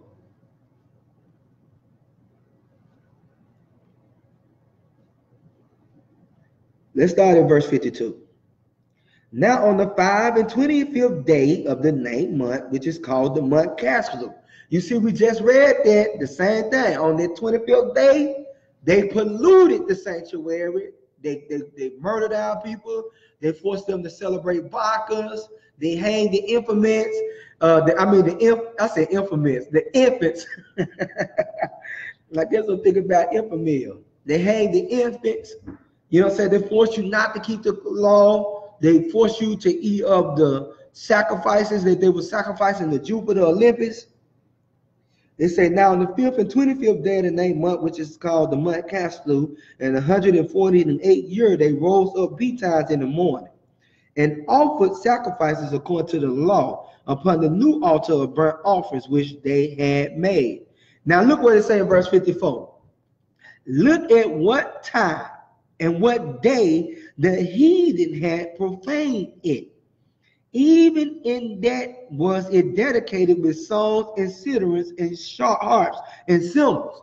So he said, look at the same time what they defamed it, and now we back offering burnt offerings and dedicating it with songs, citharins, harps, and cymbals. So for any one of y'all that say, oh man, why so close to Christmas?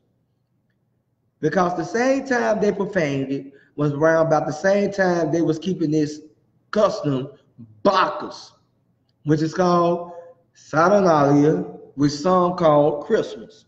You know what I'm saying? Then all the people fell down their face, worshiping and praising the God of heaven, who given them good success. And so they kept the dedication of the altar 8 days and offered burnt offerings with gladness and sacrifice, the sacrifice of deliverance and praise. And we was doing that last night at the closing of the feast. They decked also the forefront of the temple with crowns of gold and with shields. And you see that's a shield, right? See, you read this in the scriptures, man. You can read about them decorating it with shields. You know what I'm saying? You see that these shields up there, these shields. You read it. You don't read about when you read about a tree in the Bible that's decked with silver and gold. God telling you not to do that. It says they decked also the forefront of the temple with crowns of gold, with shields, and the gates and the chambers they renewed and hanged doors upon them. Thus were there very great gladness among the people, for that the reproach of the heathen was put away. Because what they was doing in the temple, y'all, hell, they was dallying with harlots. They was having orgies in the temple. We just read about the orgies in Saturnalia. We just read about those orgies. It say, moreover, Judas and his brethren, with the whole congregation of Israel, ordained that the days of the dedication of the altar should be kept in their season from year to year, by the space of 8 days, from the 25th day of the month Caslu, with mirth and gladness. At that time also they built it up the Mount Zion with high walls and the strong towers round about, lest the Gentiles should come and tread it down as they had done.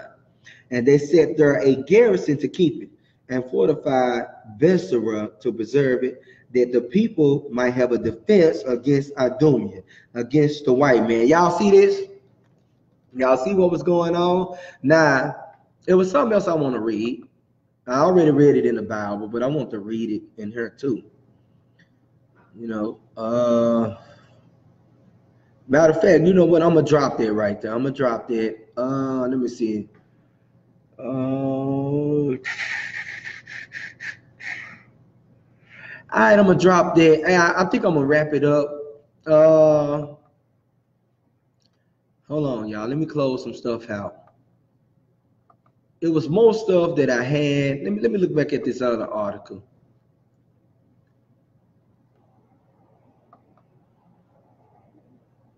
Okay, hold on.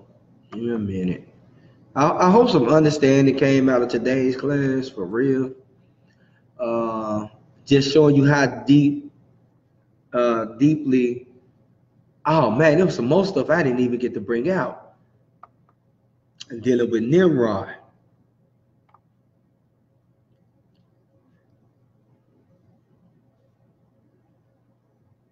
Let me see.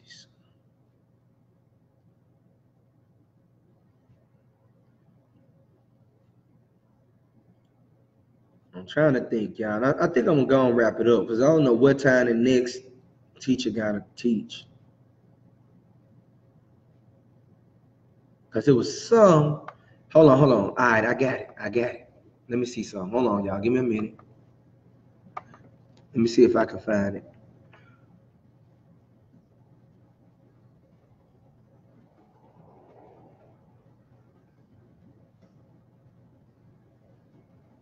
Something else I want to bring out, just even dealing with Nimrod, period.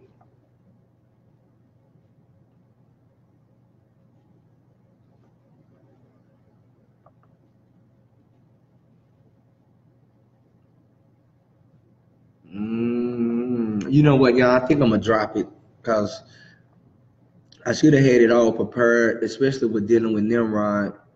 But I had to shoot from the dome with what I already knew. All right, I found it. Hold on. Let me go back. If I click on it, I'm already gonna know what it is. Here we go, y'all. Hey, all right. Let me see what time. Let me look at the clock. Let me see some. What time is it? It's 10 o'clock. I wonder, is it another class? I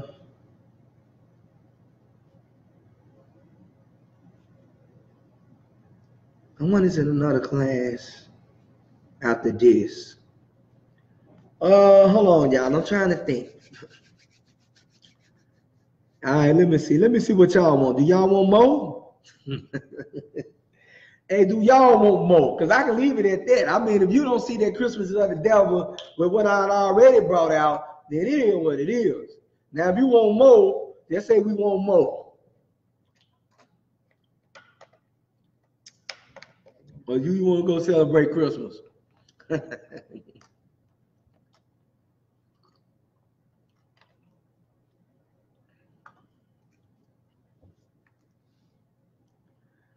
All right, y'all want more?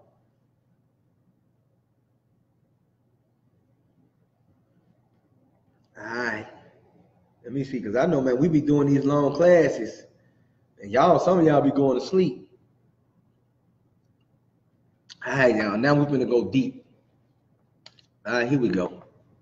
Now we better go deep. Man, I wish I had. Hold on, y'all. Let me see something. Hold on. Give me a minute.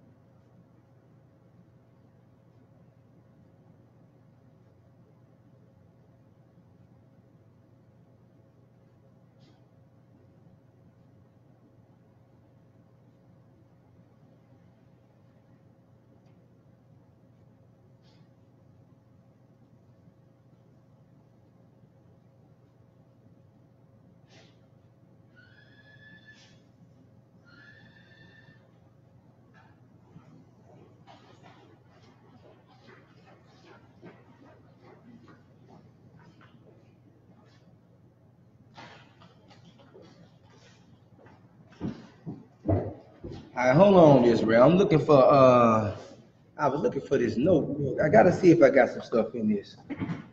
I went in the other room and looked for it. Then I looked behind her, and then this right here is crazy. All right, let me see what we're working with up in here. Let me see what I got. I might not get it in here. See, when I first came into the truth, I had two of these, and I had one of these. It was real full. It was real full. I'm gonna see what if I still got some of my stuff in here. I might not get it. If it ain't in here, it is what it is. Cause I want to touch on Nimrod, and you know when you shoot from the hip, it be kind of hard, man. Especially, you know, when you got all your stuff lined up, I'm gonna have to redo this all again. Cause like what I do, y'all, I like to dig deep into history. Okay, this right here got a lot of Thanksgiving stuff in it.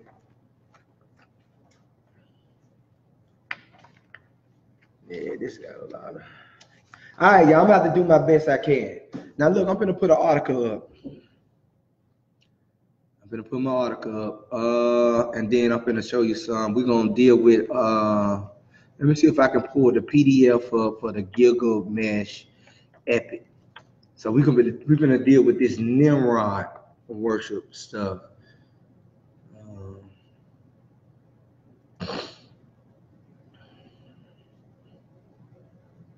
Y'all ain't gonna go number probably like another 30 minutes probably, and then I'll cut it short. I don't know who teaching next. Somebody might gonna be calling me in a minute. My wife, she just called. She probably don't know I'm teaching class. Let me see.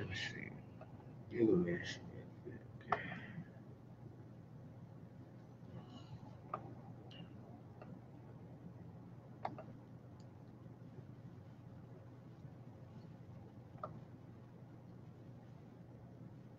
Cause see, I had everything marked, so I'm gonna have to find what I want.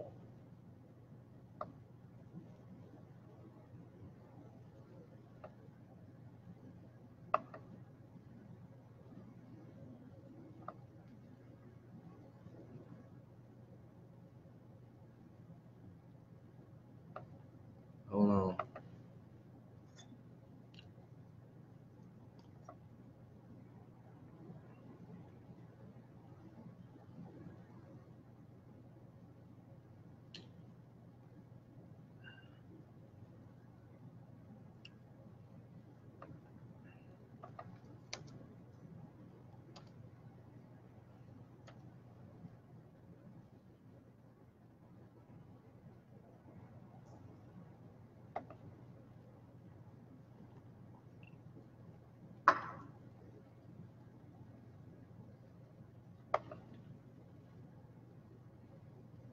I think I found it. Hold on.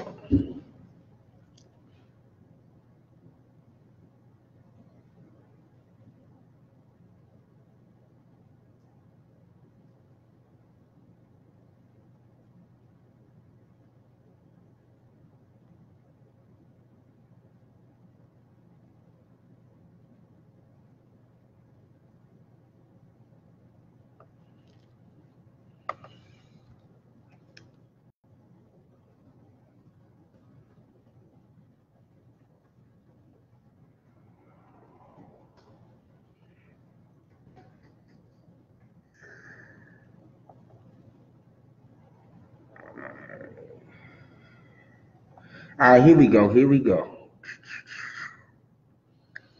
right, I'm gonna post some real quick. Now remember, y'all, we dealing with this Christmas stuff, and I said how. Hold on, why is it paused? Oh, hey y'all, is it paused or is it still going? Because I looked at it and I seen that it was paused. Is unrecorded or is it still paused?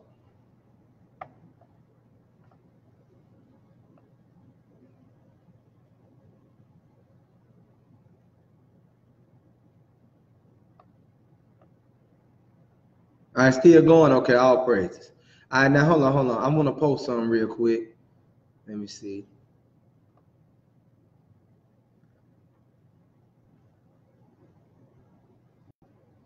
I'm finna post this right here. Copy.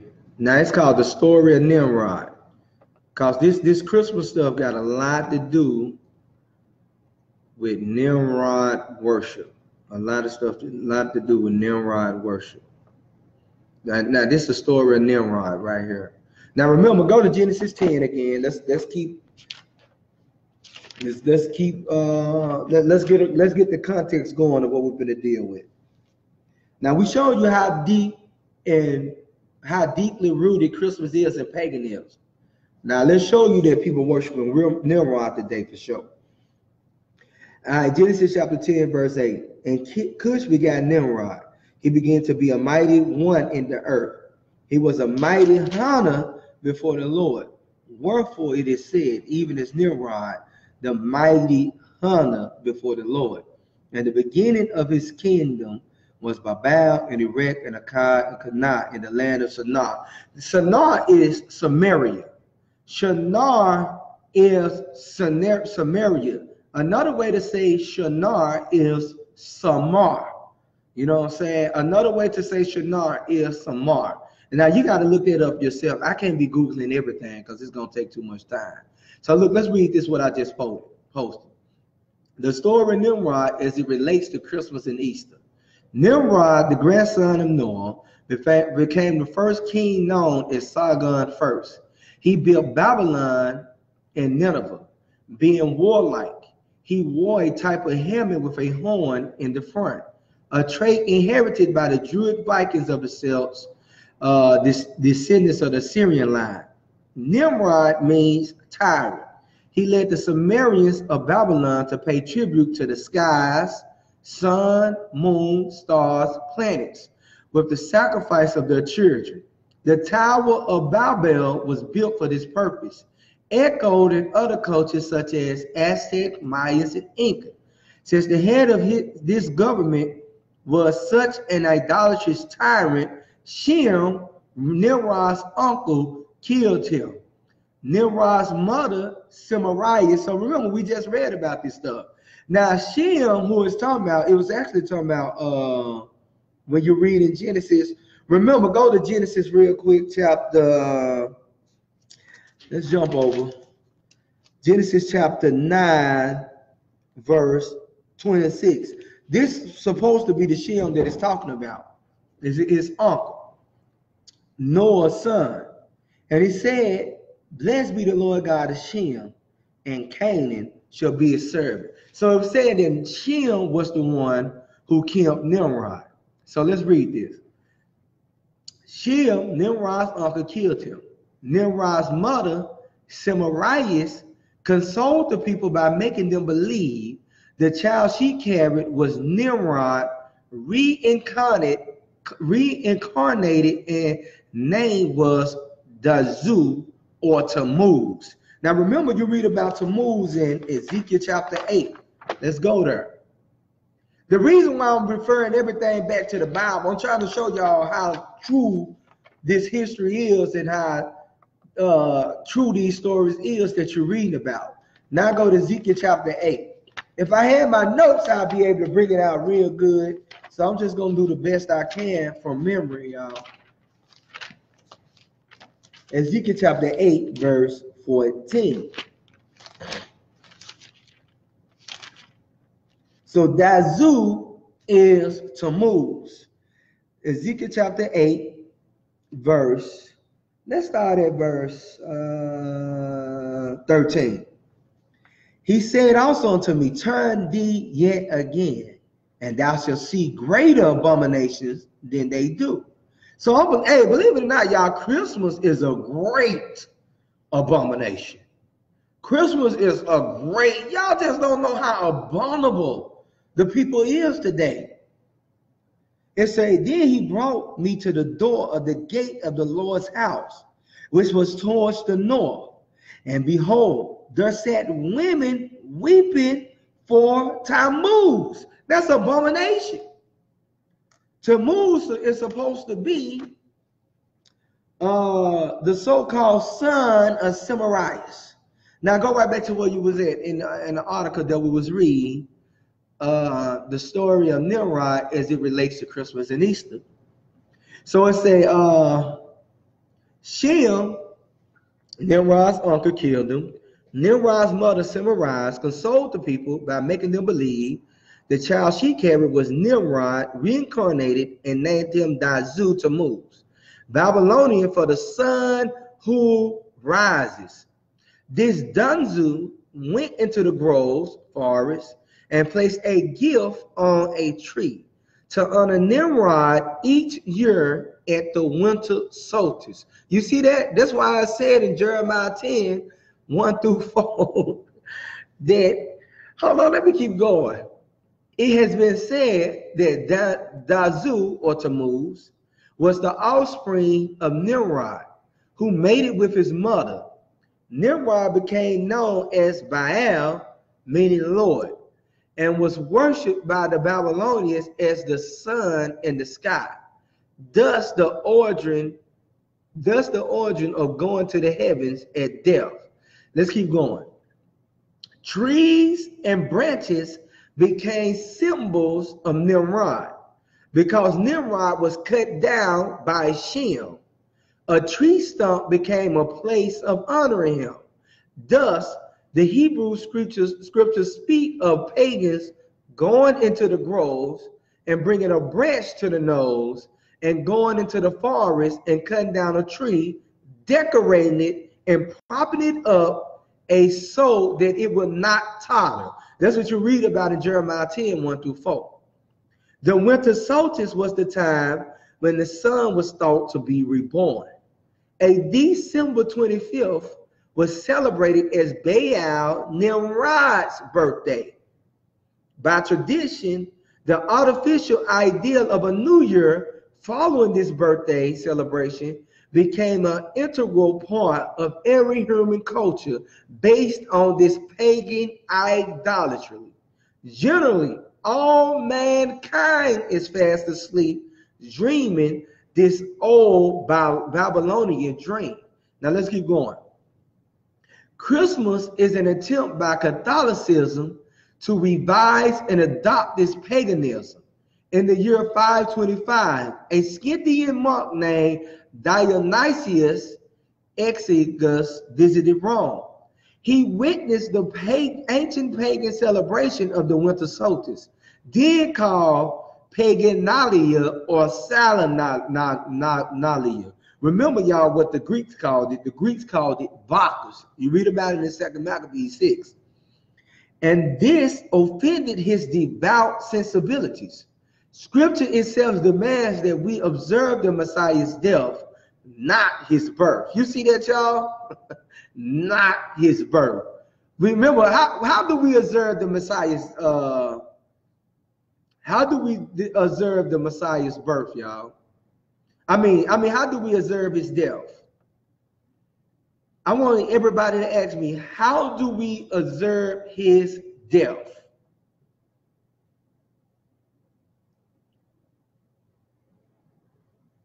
How do we observe Jesus Christ's death? I want to see who can answer that right now. Now, for some reason, y'all, my computer, okay, I just reset it. It's back on now. Breaking bread, all praises, sis. Breaking bread and wine. That's what the scriptures tell us to do.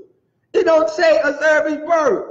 December 25th, first and foremost, he wasn't born December 25th. We already proved that. He was born during the time of Passover because Luke 1 said the ends was full. And every year about that same time of his birth, they went to keep Passover. So we already nipped that in the bud right there.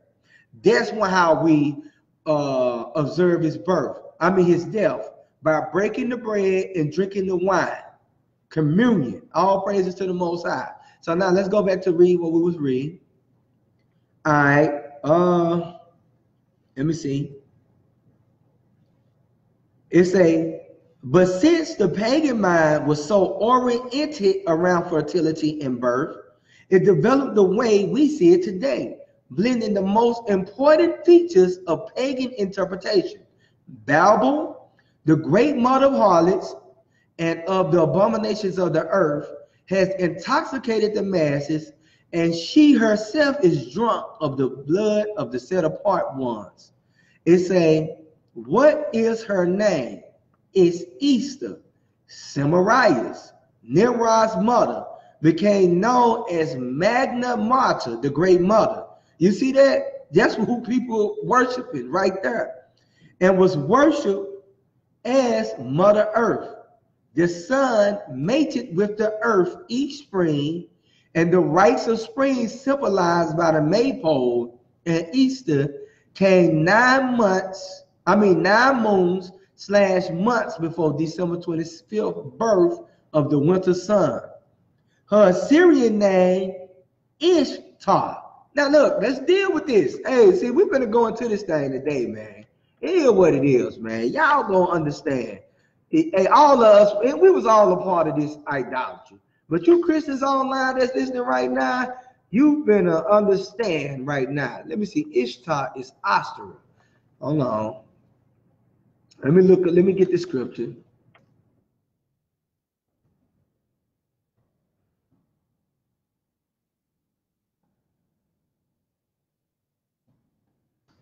Okay, let me see.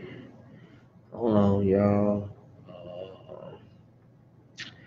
The Queen of Heaven. Let's go to Jeremiah 7 and 18. Let me Google Ashtoreth. Another name for Ishtar was Ashtoreth.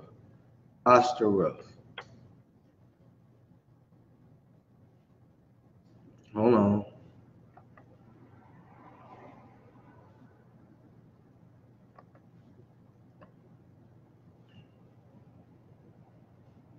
I'm trying to find the scripture.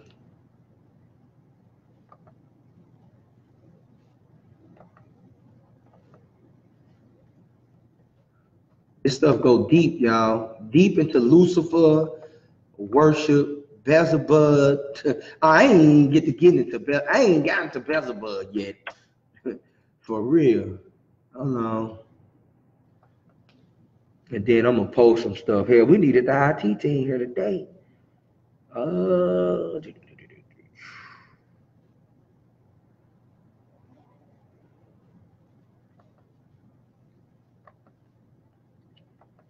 on. Y'all give me a minute. I'm trying to find the scripture.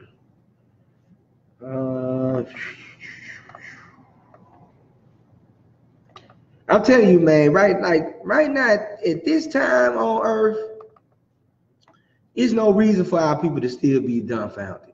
It is what it is, man. It is no reason for our people to be dumbfounded. It is what it is.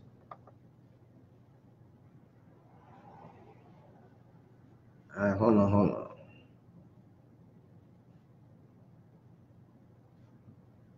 I can't find the scriptures about Ashtoreth. Hold on. I think I'm spelling it wrong.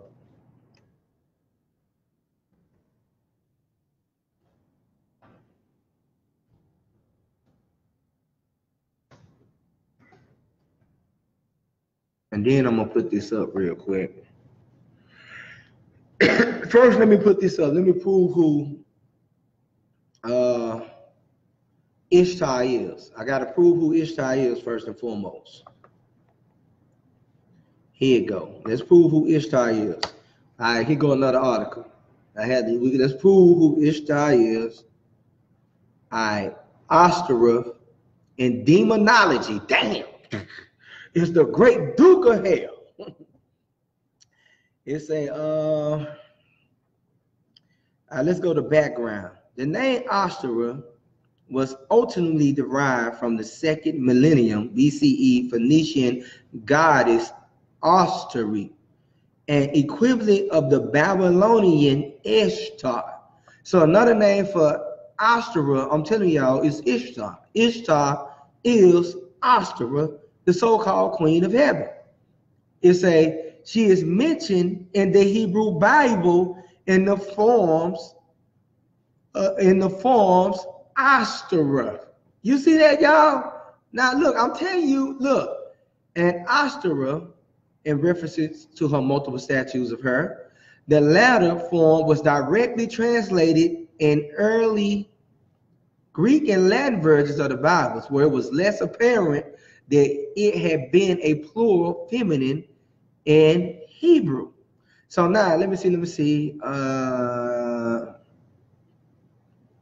Let's go to 1 Kings real quick. Before we go to 1 Kings, hold on, I know what I'm gonna do. I know how I'm gonna Google this right quick. I want all the scriptures on this. Hold on, let me see something. See if it's gonna pop up. I should have the right spelling now.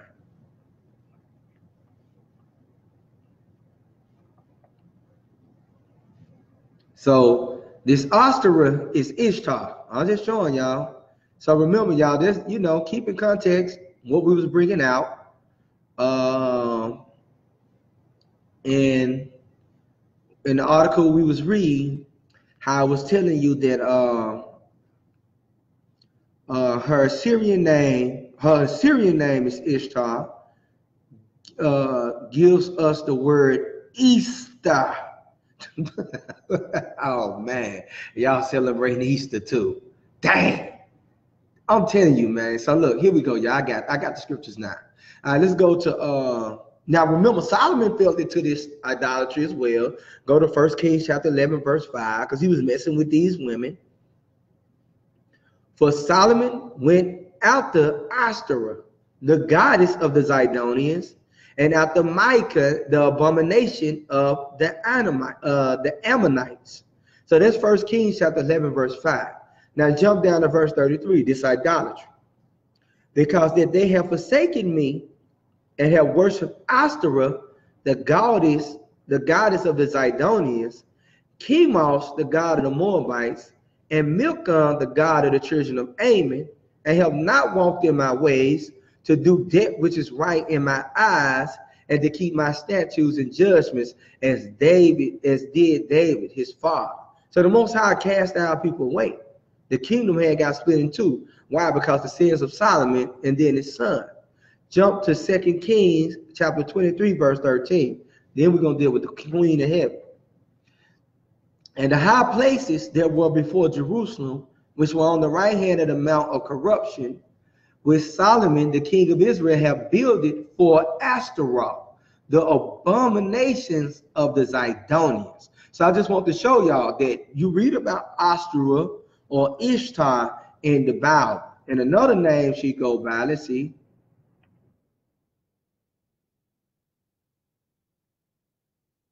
And then when you see that it said the people were celebrating Easter, it was talking about they was worshiping Ishtar. Go to Jeremiah 7, verse 18.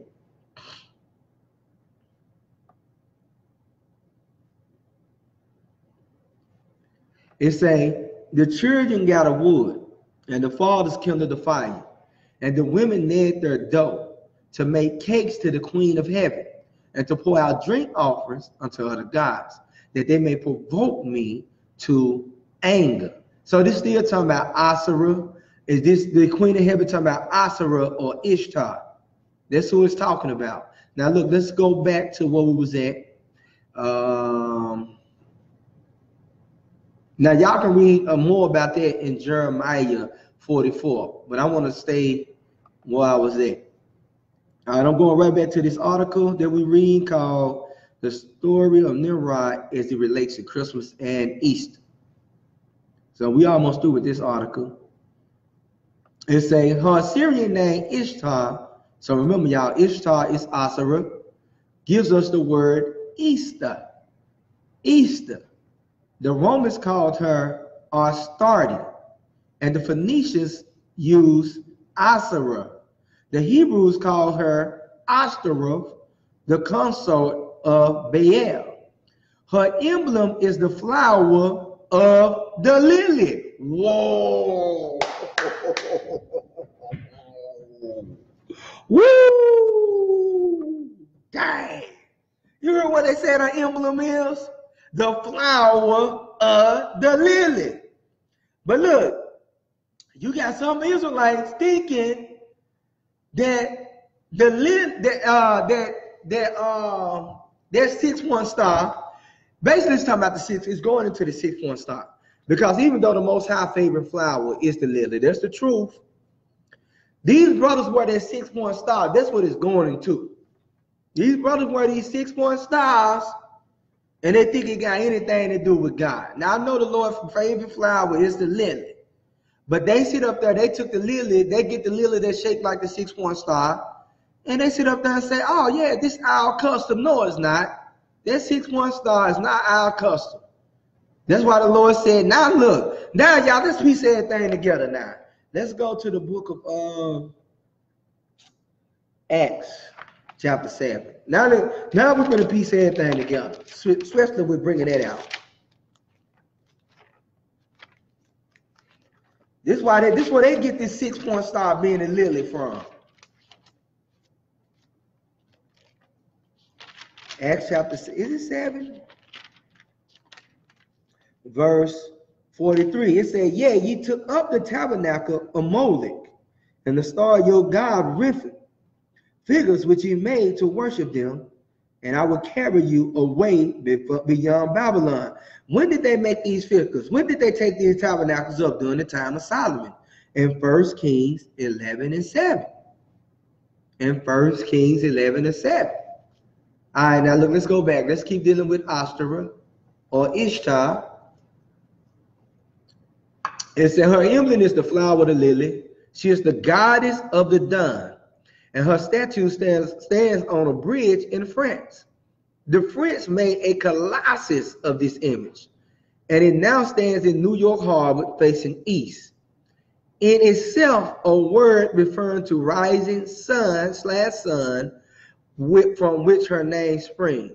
Now look, let's go from there real quick. I want to bring up another article. So I just want to show you how deeply rooted that this Christmas and Easter stuff is, especially Christmas, is rooted in idolatry. Now people be thinking we be just saying some stuff when we saying you in idolatry. All right, I'm going to do this one right here. So remember, y'all, we still dealing with Nimrod.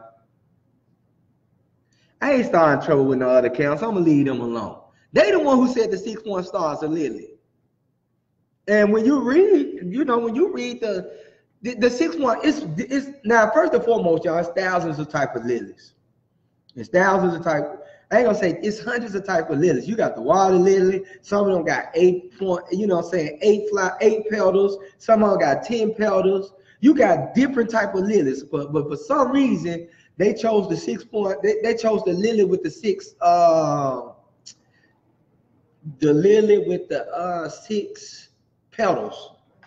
That's what they chose, and I ain't trying to start none with them. They know what we stand on there. We know what they stand. If that's what they believe, hey, that's what they believe, y'all. All right, what we at? Let me see. I ain't trying to start nothing, y'all. All right, look, let's go. Who was Nimrod? Did I post that in the chat line? Who was Nimrod? All right, check this out. Nimrod is Gilgamesh. Look, let's read. Who was Nimrod by Dr. David Livingston. Cush was the father of Nimrod, who grew to be a mighty warrior on the earth. He was a mighty hunter before the Lord. That is why I said, like Nimrod, a mighty hunter before the Lord. The centers of his kingdom was Babylon, Erech, Akkad, and Canaan and Shinar. This Genesis 10, 8 through 10. Many consider this to be positive. Complementary testimony about Nimrod, it is just the far opposite. First, a little background study is necessary. Now look, let's read this. Cultural connections in the ancient Near East. It's besides the stories of the creation and flood in the Bible, there ought to be similar stories on clay tablets found in the cultures near around the true believers. Now I'm going to tell y'all something. Every culture has a history of the great flood. Why? Because all nations come from Ham, Shem, and Japheth. Remember, Ham, Shem, and Japheth told these stories to the sons that they had about the great flood. So all nations have a story of the great flood. Understand that. Don't ever let nobody come to you and be like, well, why come the Chinese got a story of the great flood? Well, why come Why come these Indians got a story of the great flood? Because they are all descendants of Ham, Shem, and Japheth. And Ham, Shem, and Japheth lived through the great flood. It says these tablets may have a reaction or twisted version in their accounts of the creation and flood. In the post-flood genealogical records of Genesis 10, we note that the sons of Ham were Cush, Mizraim, Put, and Canaan. Mizraim became the Egyptians. No one is sure what Put went to live, and it is obvious who the Canaanites were. Cush lived in the land of Shinar, which most scholars consider to be Sumer. You see that? Shinar is Sumer. That's why I tell anybody, if you want to battle Egyptologists, the only way I ain't gonna say the only way, I ain't gonna battle them, period. But if you want to battle them, and you want to confound some Egyptologists, go all the way back to Shinar. Go all the way back to ancient Samaria. And you start there. And you will destroy their doctrine for real. Because a lot of the stuff they adopted, that's where it came from. That's when all people was one at the time. All people spoke one language. They ain't going nowhere around that. Egypt wasn't even in existence then. Always go there. But guess who was in existence? Our father Abraham. So they like to say Egypt wasn't even a nation until, they like to say, Israel wasn't a nation to this, that, and that. Well, Egypt didn't even exist neither. Hell you mean? All right. Let me see, where we at? Now look, y'all ain't gonna read all this. You can read it yourself. They say, let's jump down. Was Nimrod godly or evil? First, what does the name Nimrod mean? It comes from the Hebrew word marad, meaning rebel. And an N before the M, it becomes an infinitive construct. Nimrod, it says, see the meaning then is the rebel. Thus, Nimrod may not be the character's name at all. It is more likely a derisive term of a type, a representative of a system that is optimized in rebellion against the creator. That's who he was, y'all. When it said mighty hunter before the Lord, it was saying he rebelled against God. That's what it's saying he did. He rebelled against God. Let's keep going. The one true God. Now listen to when the rebellion began, y'all. Hey, y'all, really, I'm telling y'all, start researching this stuff out to the fullest. Now look, check this out. It's a rebellion began soon after the rebellion began soon after the flood, and civilizations were restored. At that time, this person became very prominent. In Genesis 10, 8 through 11, we learned that Nimrod established a kingdom. Therefore, one would expect to find also in the literature of the ancient Near East a person who was a type or example for other people to follow. And there was. It is a well-known tale common in Sumerian literature of a man who fits the description. In addition to the Sumerians, the Babylonians wrote about this person. The Assyrians likewise, and the Hittites. Even in Palestine, tablets have been found with this man's name on them. He was obviously the most popular hero in the ancient Near East. Near East. It says the Gilgamesh epic. The Gilgamesh epic. Now, when you read the Gilgamesh epic, I ain't gonna read all that, because what he's saying is Gilgamesh is Nimrod. It's old tablet that they found that dates back to 2000 BC. But look, let's jump down to it, say Gilgamesh is Nimrod. It said, how does Gilgamesh compare with Nimrod?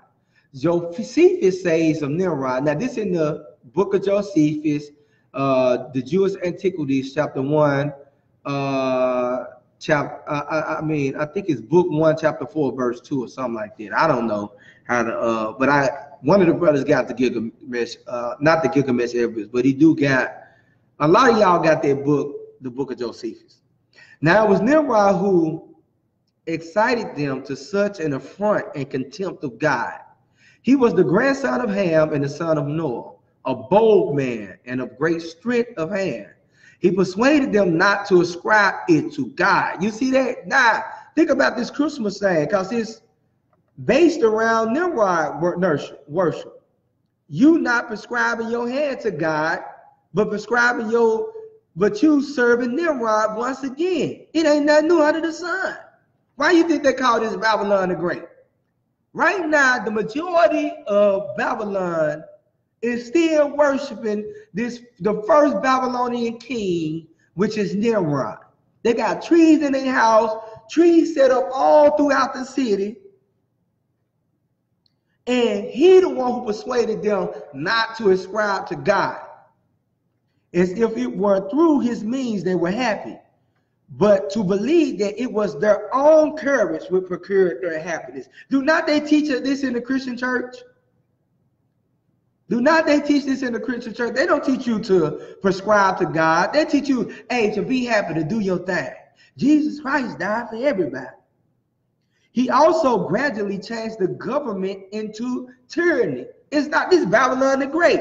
It's not this government tyranny, or not these folks tyrants, especially when dealing with the church in Israel.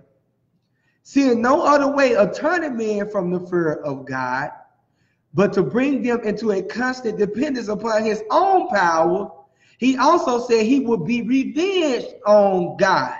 Now look, let's see why he said he was going to be revenged on God. If he should have a mind to drown the world again, for that he would build a tower too high for the waters to be able to reach, and that he would avenge himself on God by destroying their forefathers. You hear what he said? This the spirit dude moved in. Now y'all know why they were building the Tower of Babel, right? They were building the Tower of Babel. That's why why you think the Lord said this? Jump to Genesis 11 now. All right, y'all gonna wrap it up in a minute. We might have to do a part 2. I'm going too long. I don't like to do classes this long. All right, Genesis chapter 11. Let's start at 1. And the whole earth was of one language and one speech. So now it's talking about the land of Shinar, or Sumer, the Sumerians. And it came to pass, as they journeyed from the east, that they found a plain in the land of Shinar, and they dwelt there, or Shamer, the Sumerians. That's when Ham, Shem, and Japheth, all of them was together. They was one. And they said one to another, go to, let us make brick and burn them thoroughly. And they had brick for stone, and slime had they for mortar. And they said, go to, let us build us a city and a tower, whose top may reach unto heaven. And let us make us a name, lest we be scattered abroad upon the face of the whole earth. Why y'all think they were building this tower? They was rebelling against God. Nimrod had everybody rebelling against God at this time. Let's build this tower to reach the heavens, just in case the Lord decides to flood the earth again. This nigga was wicked as hell. Don't fear God, because that's what he did. He put the fear, he said, look, don't fear God, fear me. He put his fear in them. That's why he said he was a mighty hunter before the Lord. He was a rebel before the Lord, and he was a hunter of souls. This dude was a murderer. He was a killer. It said, the Lord came down to see the city and the tower which the children of men built. And the Lord said, behold, the people is one, and they have all one language. And this they began to do, and now nothing will be restrained from them which they have imagined to do. Look what they was trying to do, y'all. They was trying to rebel against God. They was trying to, if he flood the earth again, we ain't built the tower that reached to heaven. I'm gonna show y'all how he got the people to turn against the Lord, though. He said, let us go down there, confound their language, that they may not understand one another's speech. So the Lord scattered them abroad from this upon the face of all the earth, and they left off to build the city. So the Lord said up there, he confounded them because of the stuff they was trying to do. These folks was wicked as hell. Now look, let's go back real quick. To Gilgamesh's Nimrod. It said, what Josephus says here is precisely what is found in the Gilgamesh epics. Gilgamesh set up tyranny. He opposed Yahweh and did his utmost to get people to forsake him. Two of the premier commentators on the Bible in Hebrew have said this to say about Genesis 10 and 9. Nimrod was mighty in hunting and then in opposition to Yahweh. I'm saying Yahweh, y'all, so I hope y'all don't, we do say Yahweh. Don't believe what the other accounts say. Or you can say Jehovah. If you want to say Jehovah, you can say Jehovah. If you want to say Yahweh, you can say Yahweh. But I came into the truth saying Yahweh. Nimrod was mighty in hunting, and then in opposition to Yahweh, not before Yahweh, in the sense of according to the will and purpose of Yahweh, still less in a simply superlated sense. The name itself, Nimrod, from Marad, we will revolt, points to some violent resistance to God.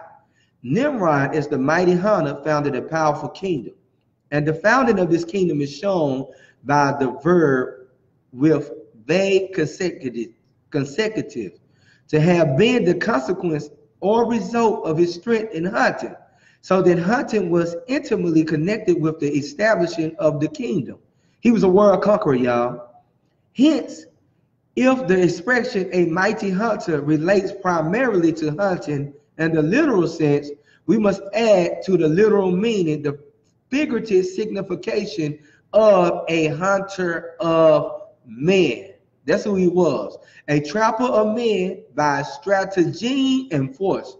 Nimrod the hunter became a tyrant, a powerful hunter of men, killed in Dashlizish, 1965, page 65. Hold on real quick. Hello? Shalom, what's going on? I'm teaching class. You need to tune in. I'm going to call you back, man. I'm teaching class. All right. Shalom. All right. It say, in the face of Yahweh can only mean in defiance of Yahweh is your thesis, so Cephas and the targets understand it. Whatever they say, 166.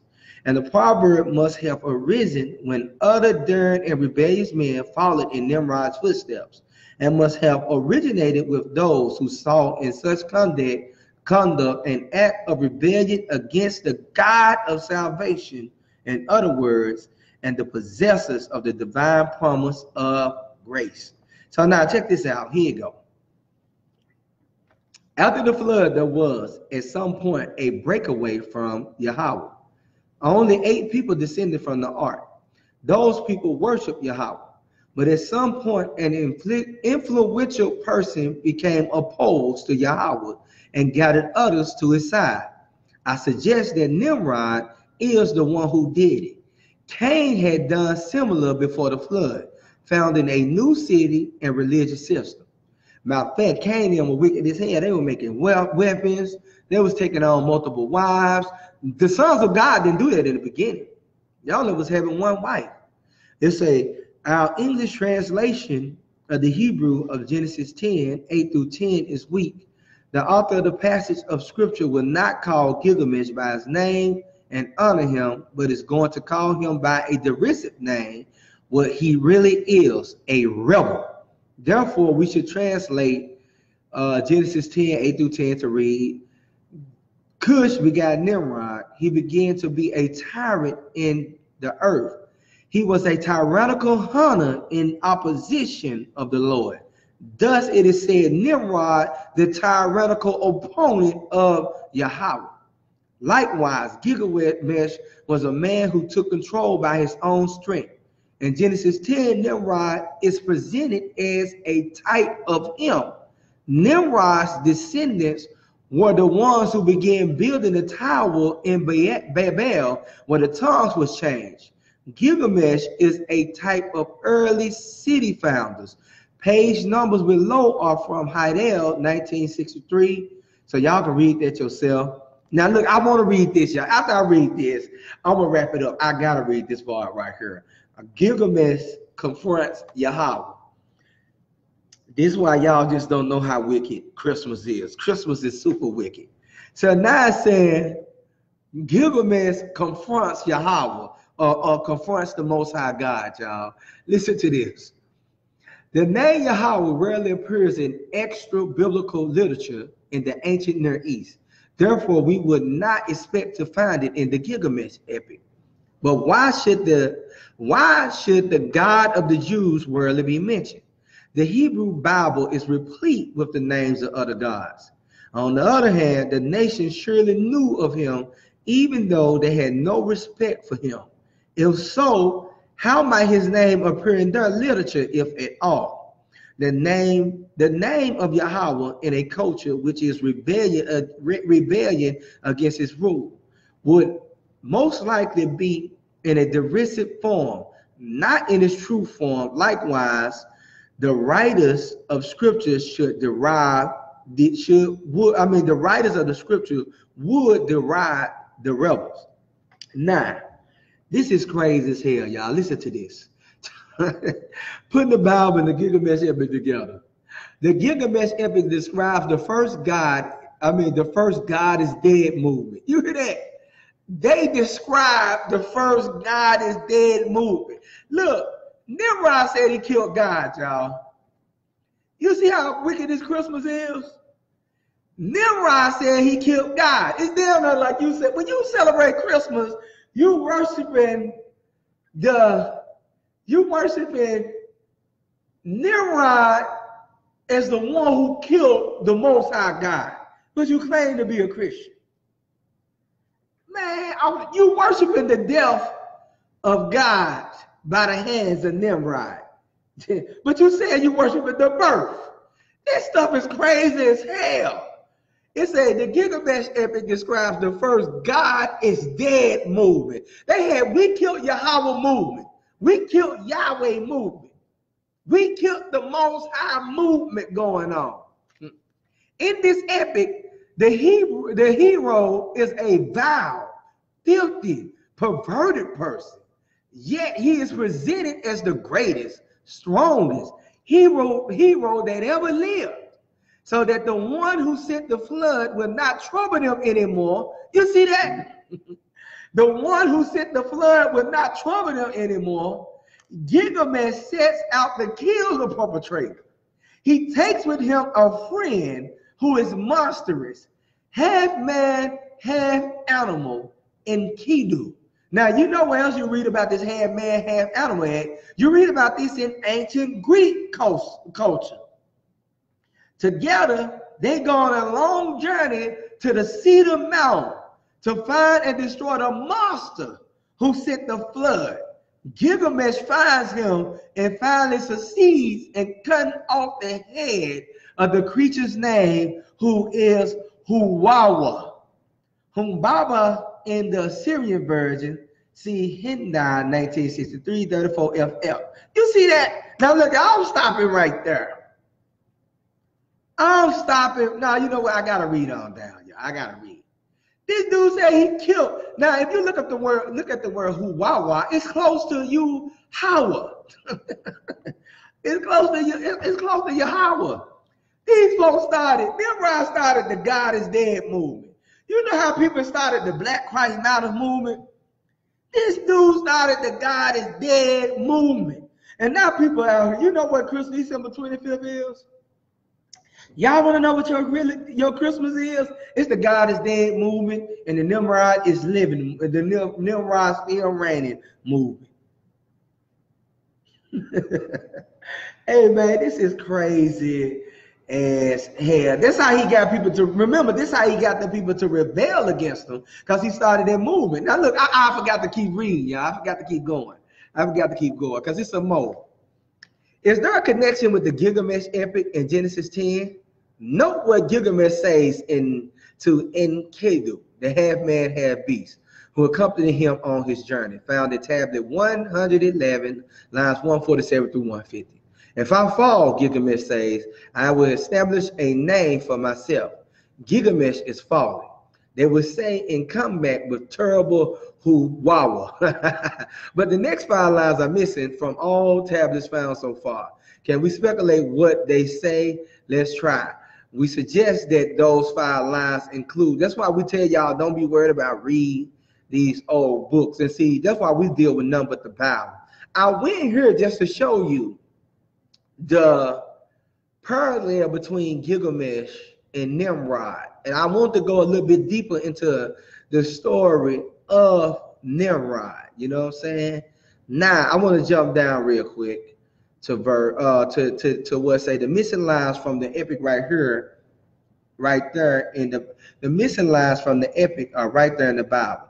Because of the parallels between Gilgamesh and Nimrod, many scholars agree that Gilgamesh is Nimrod. Continuing with Gilgamesh's fable, he did win, he did vanquish Hoshiah and took his head, said he killed the Most High God, took his head. Therefore, he could come back to Europe and other cities and tell the people not to worry about Yahweh anymore. He is dead. I killed the Most High God. I killed him. I killed him over in the Lebanon mountains. So just live however you like. I will be your king and take care of you. You see this right here? Do y'all see this? There are still other parallels between the Bible and the Gilgamesh epic. Yahweh has a somewhat similar sound to Hoshiah. Gilgamesh did just as the sons of God in Genesis 6 did. The sons of God forcibly took men's wives. The epic says that is precisely what Gilgamesh did. The Bible calls Nimrod a tyrant, and Gilgamesh was a tyrant. There was a flood in the Bible. There was a flood in the epic. Cush is mentioned in the Bible. Kish is in the epic. Eric is mentioned in Scripture. Europe was Gilgamesh's city. Gilgamesh made a trip to see the survival of the flood. This was more likely Ham than Noah, since Nimrod was Ham's grandson. Historically, Gilgamesh was of the first dynasty of Europe, as Jacobson points out, 1939-157. Kings before Gilgamesh may be fictional, but not likely. The fact that the Gilgamesh epic also contains the deluge story would indicate a close link with events mentioned following the flood. So look, y'all, I'm through with that right there. I'm going to close this Gilgamesh epic out. Y'all see how deep this stuff is rooted in paganism? Y'all see how deeply this stuff is rooted in paganism? You see that? Our people need to wake the hell up. Go back to Proverbs 14, verse 12. Then we're going to go to Mark 6, and I'm going to wrap it up. Proverbs 14, verse 12. So Nimrod said he killed God. You don't have to fear me. You can do whatever the hell you want. Proverbs 14, verse 12. There is a way which seemeth right unto a man, but the end thereof are the ways of death. You see that? Christmas seemed right to people, but the end of it are the ways of death. You're rebelling against the Lord right now. You in full-fledged rebellion against the Lord. Go to Mark chapter 7 real quick, and I'm going to wrap it up. Verse 6. You committed spiritual fornication with Nimrod right now. You got the God is dead movement going on right now today. This is crazy as hell. The God is dead movement is going on right now. It's a Mark 7:7. How be it in vain do they worship me? Vanity. You worshiping the Lord in vanity today. You ain't worshiping the Lord. But he said, how in vanity do you worship me? Teaching for doctrines, the commandments of men. You take a tree, you set it up in your house, you deck it with silver and gold. That's the commandments of men. There's nowhere in the Bible where the Lord commands you to do that. For laying aside the commandments of God, you lay aside Jeremiah 10:1-4. You lay aside Exodus chapter 20, verse 3. For laying aside the commandment of God, you hold the tradition of men. Christmas is the tradition of men. That's the washing of pots and cups and many other such things you do.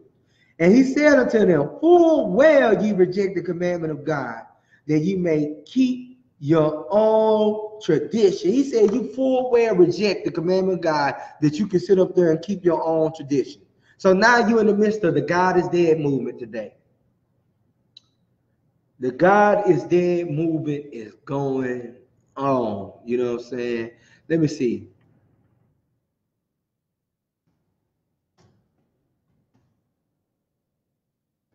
I'm gonna get what Christ said.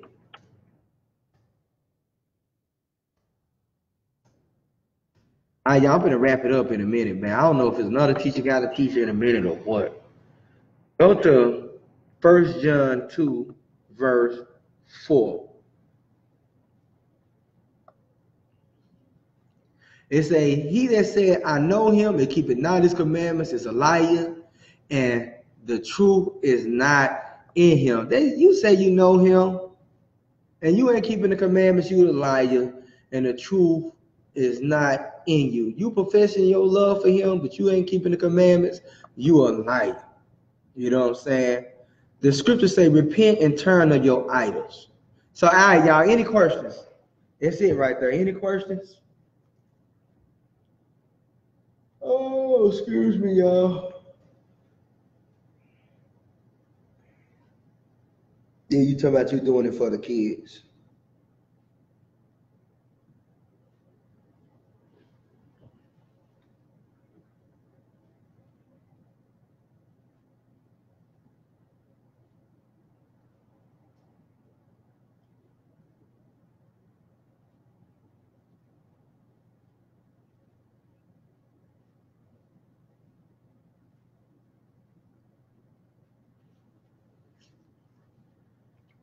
All right, y'all.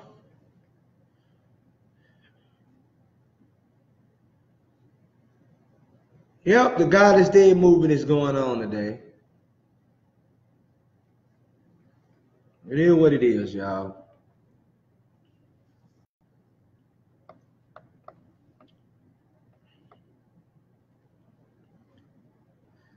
Do what thou wilt is the whole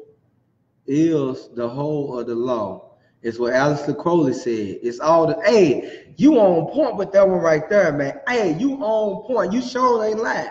Cause Jay-Z pushed that same stuff, do that thou wilt. Nimrod, do that thou wilt. It's all Satan worship.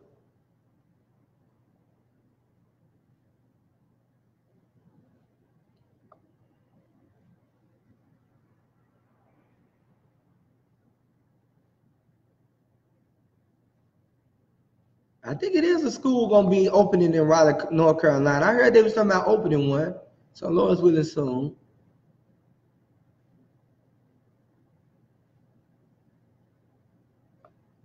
And all praises, y'all. All praise to the Most High. I'm glad this class was edifying.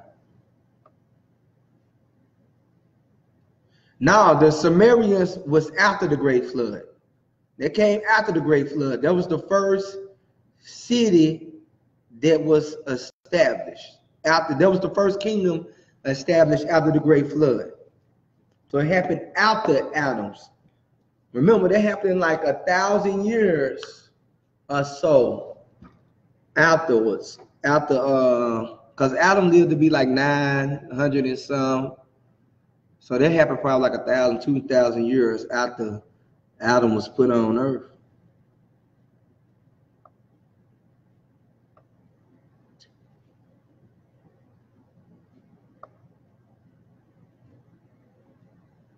All praise to the Most High. Hey, I put all the links.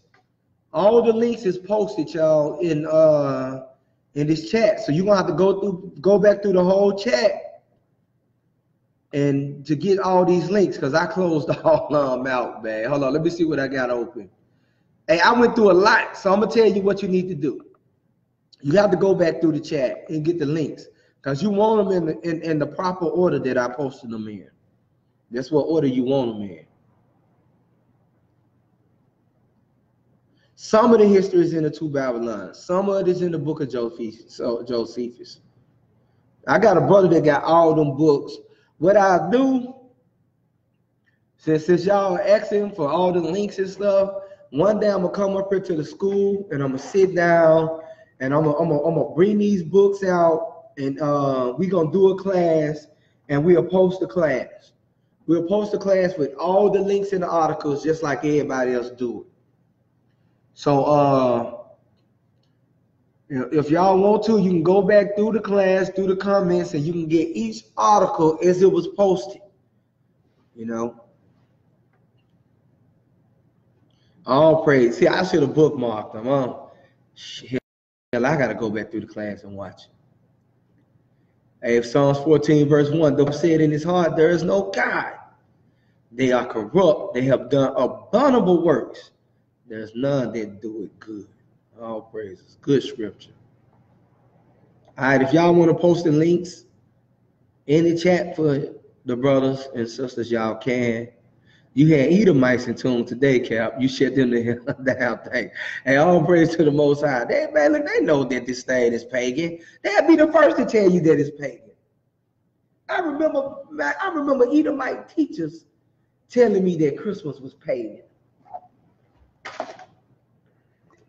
They know. But y'all see how these dates, how the Feast of Dedication, dates, and Bacchus all fell around the same dates. So if anybody's surprised why the dates so close to each other, it's because it always fell around the same dates. And remember, I think this is the 9th month of the year for us. You know what I'm saying? This is the 9th month of the year for the Israelites. They Bacchus celebration or so-called Christmas celebration always fell in the 9th month. It always fell in the 9th month.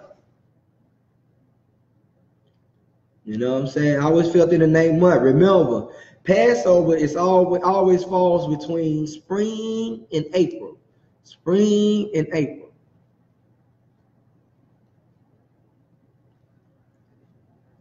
So I think the 10th month just started for us. I think the 10th month just started for us. Yep. Because we just had a new moon. All right, y'all. With that, y'all, I'm going to say shalom, Most High Christ bless. I pray and hope y'all was edified today. And Lord's willing, man, I do this class again, I'll be better prepared. Hey, don't be around your wicked family members today. The scriptures say, come out from among you and be ye separate. You know, so with that, I'm saying shalom, Most High Christ bless. I want to give double honors to the bishop, Elder Nathaniel. I want to give honor to the deacons, the captains, the officers, the soldiers, all you brothers and sisters that's help pushing this truth. Shalom, y'all, Most High Christ bless.